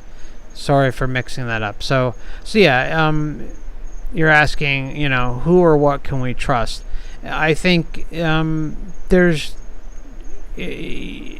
would just throw that out the window, to be honest. Because you should be centered and okay with yourself that when the time comes that you'll make the right decision for yourself. Because when we really do boil it all down, no matter how much we have these relationships and value them, the only way out is by us and us alone as individuals. That's why I keep saying no gurus, no Dalai Lamas, no Dharma wheels, no Bibles, no this, no that.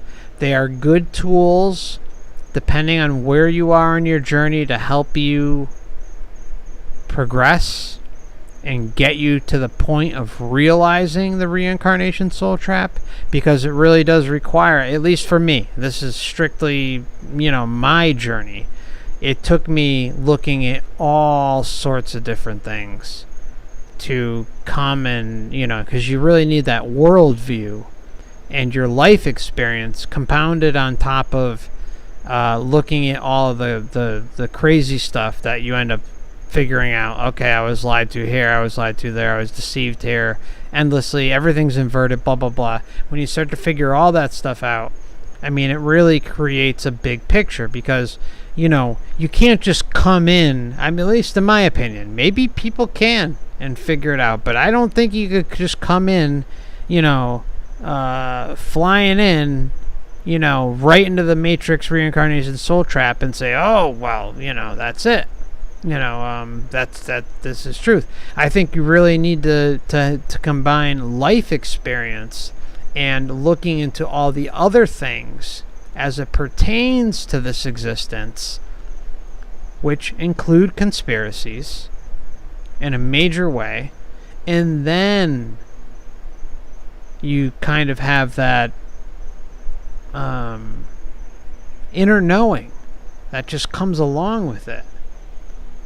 So I hope I explained that right. I don't know. Burger Boy, good to see you, my friend. Burger Boy.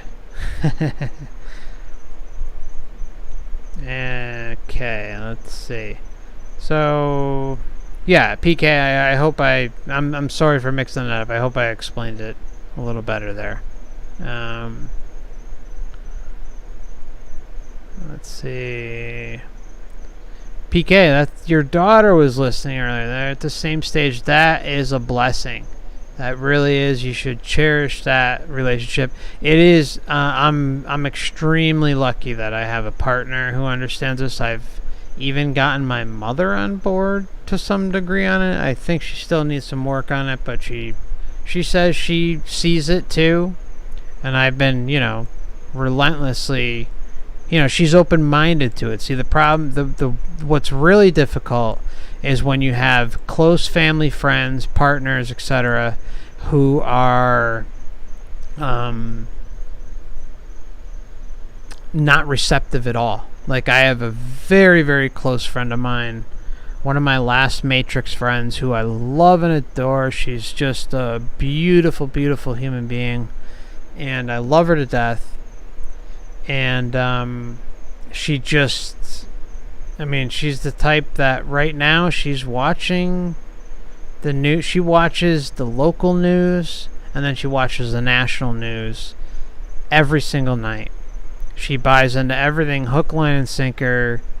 Follows everything on the Christian path, and it's very difficult. But it is what it is, right? I don't have control, but it's very hard for me because I have so much compassion and empathy and love for her that it's very hard to stomach. So for me, I'm not saying anyone else should do this, but if you have friends like I do in this case, what I did is it was like a natural withdrawal, where we just don't connect. It's very difficult. And it's not like I don't care about her. I just don't call as often as I used to. And I am not, please don't say that, I am not telling anyone that they should be doing this in their own life. I think you need to do whatever's right for you and customize it to your relationships, because everyone has their different relationships and how they handle them when they're at this stage in the game, and figure out that basically everything here leads back to the reincarnation trap, and that how this place runs. It is a very hard thing to deal with when you're dealing with, dare I say it, NPC friends, NPC families, or ones that are so far gone that it doesn't necessarily mean they're even NPCs. It just means that they're fragmented. They've been here so long that they know no different. They buy everything that's fed to them and are okay with that. And there's nothing you can say, nothing you can do that'll ever get through to them. But if you have associations with them that you love and enjoy that time. Go out to dinner, strike up a conversation, go grab a few drinks together, whatever, smoke some bud if you smoke bud, whatever you do to have a good time. But my suggestion would be is if you've tried with them, if you've tried to have these type of conversations on a number of occasions, and they've basically led nowhere, and they just lead back to matrix generated answers, then don't even bring them up. Don't even bring them up.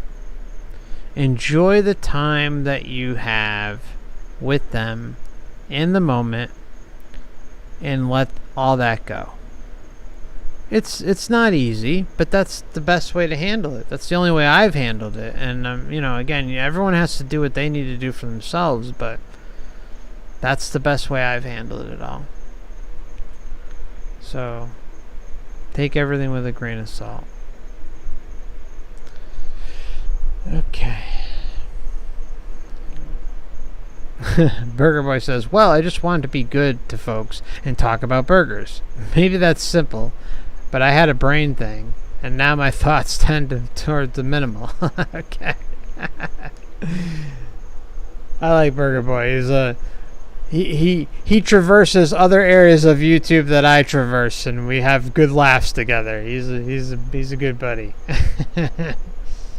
Albie says, "This world is hell. We write sentences, we cast words, we all speak. We say hello to each other when we speak to each other."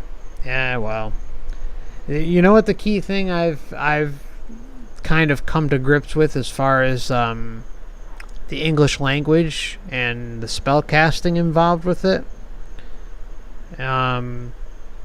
It is what it is, right? I mean, if you look into etymology and the English language and how it's all constructed, you can start to break down almost everything that you say and turn it on its head and look at things from a completely different direction that for some people can make them lose their minds and fall off the deep end. Like I say, a lot of people have called me out for saying much love and blessings, or saying blessings in my thing. And I'll say to them, because they'll say, blessings is be less. That's the interpretation of it. And okay, I understand that. But the oftentimes what I'll respond to them is I'll say, okay, blessings, the meaning, okay, which in your head you're saying, okay, it's be less, but I'm coming at it and saying it from a place of love, blessings, have a good day, I hope whatever comes forth in the rest of your day, that it is of a positive nature, and you are content with wherever it goes, and you're okay. All right, that's the way I see it. I'm not gonna. So for the people that say that, you're allowing be less to enter your psyche and impact you. But once you know the power that it used to have subliminally, it doesn't have power anymore. Because I'm telling you, if you went and you broke down the English language word for word and were serious about it, you wouldn't even speak English. You would look at it and you would say, "Oh my Lord, like I'm saying this and it means that. I'm saying this and it means that." You would basically be a mute. So you have to come to a point where, okay, it's the intention that the person is giving me behind the words. Okay, I know that blessings can be interpreted as be less, but since I know what it actually means now, it holds no power over me. It doesn't hold a power over anymore. So it's about the intention given, if you are aware of what the word is conveying, and be cool with it. And if it does bother some of you out there, like on a bigger level, I'll go out of my way to try and remember to not do that if it does bother you. But please know that when I say much love and blessings, it's coming from a place of nothing but love, empathy, compassion for you. Okay, so Albie says, "Forever I've been researching religious books and came to realize the hell that they talk about is this world, the constant recycling of souls, and that we're only to be liberated is to be a good slave." Yes, yep, I'm with you on that. That's what I see as well. PK says, "Yes, you are. So many others around me don't want anything to do with it. They act like we're going to live forever." Yeah, and I talk to people a lot who are more concerned about surviving longer in this body, and my response to that is why? When there is so much more beyond this physical body, that we have been shut off and closed from, mostly by our own doing, but with a lot of assistance from exterior forces that have manipulated us. Okay, let's not just simplify it, because it goes way beyond us just consenting. We have been beaten and abused by an overarching hierarchy that has sucked us in, and it's and those days are over. This lifetime is the last lifetime to put up with that bullshit. Okay, because we're gonna take back our sovereignty. Hashtag last timers. And I don't even like the hashtag thing. I always hated hashtags, but I figured if I'm going to use one, I might as well use it on that, right? Some of you seem to like it too. Okay. Sorry, the chat just scrolled by. I'll go through a few more things, and then we're going to wrap it up. But, yeah, it's nice to be able to talk with you guys, because it's like a therapy for me, you know. It's like it's great when we have a nice group of people together where we can all kind of bounce ideas and even our troubles and our loves off one another, and try and make sense of an otherwise crazy world that lacks sense. Yeah, PK says, thanks again, and yes, it sucks when close ones disconnect. Yeah, it's horrible. But there has to come a point where there's just this acceptance that, okay, you know, I appreciate the relationship that I have, and it's cool, you know.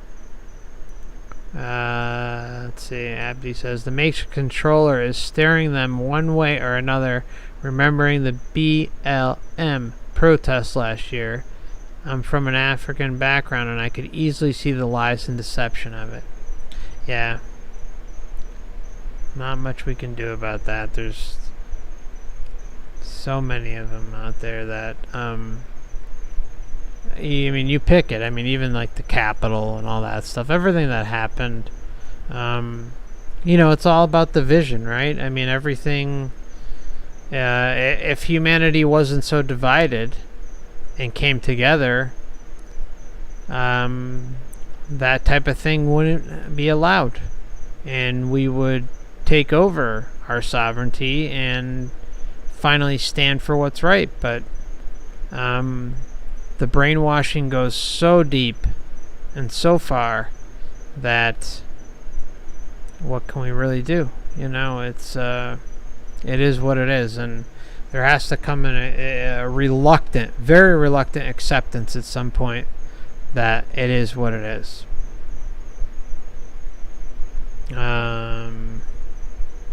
Alien Interference in Human Love Relationships by SK.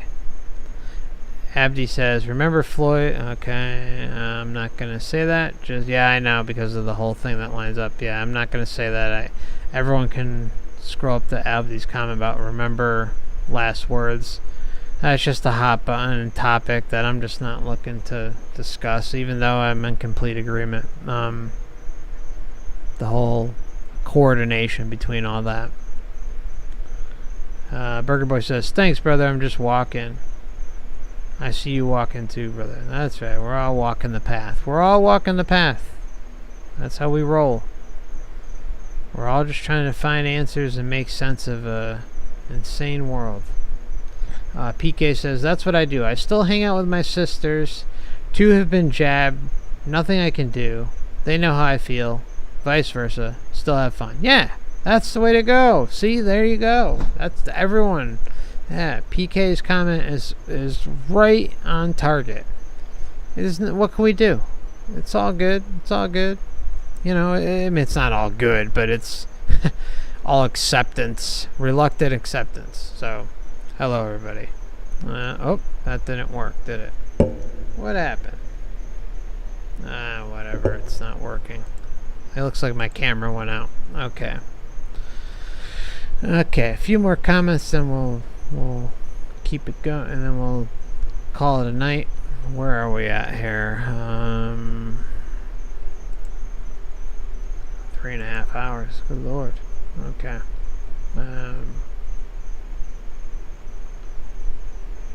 Krell says, I found it easier to be led astray with good intent. Well, it is, yeah, as long as, the only thing I will add to that is, even though I was talking about earlier about things resonating, one of the biggest lessons I learned personally was that things that resonate don't always necessarily mean they are true. Good intentions kind of tie into that, but if you know the person personally, you know, you have a relationship and an established relationship, so to say, then you are more apt to be able to detect some bad intent with that. So, but when it comes to something like an online thing with truth, you got to be really careful, because we have people out there who are well versed in hypnotic imagery, hypnotic suggestion, NLP, the whole ASMR thing, and you know, they're actors too. So I guess, you know, I'm just trying to divide them up. So, you know, we're personal relationships that we have versus online relationships or online material that we choose to consume can be portrayed as good intention, but we just have to be a little careful. That's all. Because, hey, we got to protect ourselves, right? But when it comes to personal relationships, everyone should have a really good discernment meter for personal relationships, because you can see their eyes, you can talk to them. You're not just seeing a video of them scripted and presenting themselves as one way. You're seeing them in the flesh. You know, you're in the same area with them. You get a better sense for what they're all about. But even then, you still have the you know, the narcissist type ones and stuff like that. You gotta be careful about. But a good judge of character can spot that stuff pretty quickly. And I would imagine most of you out there have that in spades to get for us to get this far into the soul trap area, right? Simon says, fun injection of positivity there. Yeah, we gotta inject positivity. It's, you know, it's kind of dark stuff we talk about, but at the same time, it's like, again, the truth doesn't care about our feelings. It just is what it is. It's a reluctant acceptance of what is. Deborah says, I try to do the same thing, FC, because I don't know words to replace spellcraft words in situations. Yeah, that's like the biggest problem, right? I mean, for those who've gone deep in etymology, you're going to find that if you really went deep in that stuff and tried to readjust your life based on what you find out, you'd probably lose your mind. Or just try to learn a whole new language completely. And even then, you're under spellcraft. But English is the kingpin of that. Illusion and reality says, I do not believe in spells. Yeah, well, that's good. Yeah, I fight them. I don't believe in them either. But I also recognize that spells were a thing when I was younger, when I wasn't aware of them. And they did hold power over me to some extent. Not like in a massive way, but in a way that it was enough that it manipulated my life, you know, especially growing up, because you don't realize the power that they yield. But when you could check them, and you know, I just think it was, more or less, particularly when it came to like TV, that's where they really utilize it, because they have the hypnotic imagery, they have the flashing screen, the repetitiveness over and over and over again. So yeah, even though it may not be in the sense of the exact word or spell, it gives off some sort of effect that can manipulate you, especially when you're young and vulnerable. That's kind of my opinion on it, at least. At least looking back at some of the things.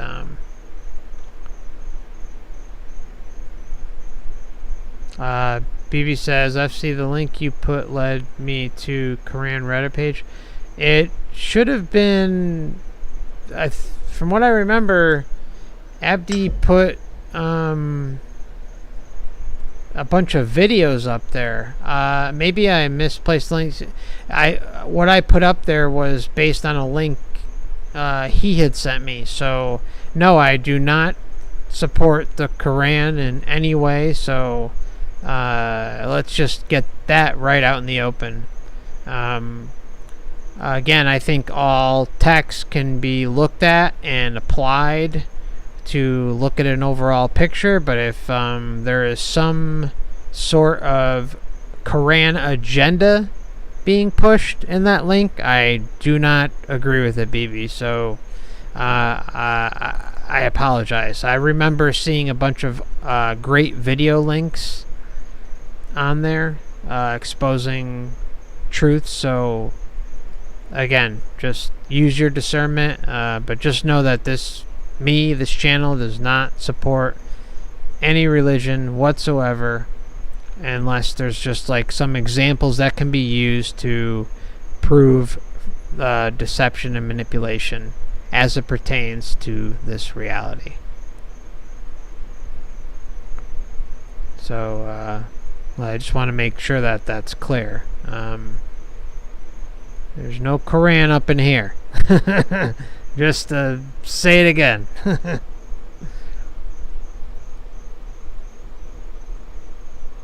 Okay.